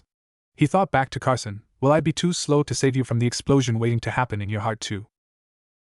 "What just happened?" Wonder Girl asked. Itachi took a seat before answering. "The Krolodians were trying to build a new ship. They were trying to leave Earth. We took their other options away when we blew up their Zeta platforms and original ship. It seems that Calder promised them assistance in building a new way to escape, but I don't think that was his true intention. Not based from a bomb that is powerful enough to blast chunks off of my Susanoo in its strongest form. The bomb was clearly alien in origin, but the Krolodians had no knowledge of it being there. So where did it come from?" Nightwing asked. Batman kept a calm voice as he prepared for the next move. "I have a feeling it may be up to you and your team to find out." They didn't know what Batman meant by that, but it couldn't be good. Itachi already had one guess as to who was behind all of this: the light. This has their thumbprints written all over it. Back at the Flying Mantis, Calder HM was able to give his father an update on how the mission went as he was able to dock into an even larger vessel. Calder went into the private quarters of the man who was responsible for his new transformation, the original Black Manta. "Father," Calder greeted as he saw his father enjoying his dinner. The man looked up at his son and spoke with pride. "Congratulations, son. You did well. I don't suppose Aquaman died in the explosion." "Unlikely," Calder answered honestly. This made his father sigh before wiping the leftover food from the corner of his lips. "Pity if you'll excuse me." He put on his Black Manta helmet to convene with the members of the Light, who had just called for an emergency meeting. 7 figures appeared on the screen: Tikal, Queen Bee Brain, Lex Luthor, Ra's al Ghul, Vandal Savage, and Masked Stranger. Good morning, Black Manta. The Crolodian's competitor, our new partner, is quite pleased with your efforts. And so is the Light. All agree we made the right choice asking you to replace poor, disgraced Ocean Master. You are officially one with the Light. Masked Stanger informed as Black Manta smiled behind his mask as his ambitions grew one step closer to being fulfilled. The team and league had returned to the shores of Mount Justice to regroup and carry out their next move. Each sidekick was saying goodbye as their individual mentor got ready to set out to clear their name. I wish I could come with you, Wonder Girl said with disappointment. Wonder Woman had a sad smile as she replied, I doubt your mother would approve of that. And only the 6 of us who stand accused need to take this odyssey, though Hawkman insists on accompanying his spouse, Hawkwoman, and Icon will act as our advocate, for it seems he is familiar with intergalactic trial law. As she said that, they could see Icon hugging Rocket. Captain Atom went over to John and asked if this was truly necessary for them to do. The Guardians of the Universe seem to think so. They've sent Guy ahead to make sure the so-called High Court of Rimber will know that we come in peace. And to know that we expect a fair trial. How long will you be gone for? Superboy asked Superman. The Kryptonian put a hand on his younger brother's shoulder. However long it takes to clear our names, Connell. But we will be back, little brother. I'll miss you, Gan said while hugging her uncle. And you, Gan? Oh, perhaps you could water the plants in my apartment while I am gone? He asked of his niece, which she gleefully agreed to. Be careful, all right? Nightwing said to his adoptive father. Batgirl and Robin also were there for support. I was about to say the same to you 3. I fear we leave the more dangerous task here on Earth. The 3 members of the Bat family smiled at each before offering him reassurance. We'll manage. Batman's face grew somber as he looked towards Crow and Orphan. Nightwing, look after Crow. He and I after Jason may not be on the best of terms, but I still realize how much the world needs him, how much we all need him. He's carried such a heavy burden and lost so much. And now it seems Carson is pregnant with his child, according to Aqualad.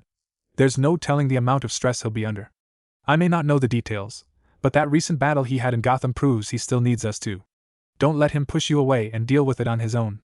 Be there for him in the way I never could. You don't have to worry about Itachi. He's as much my brother as you are my father.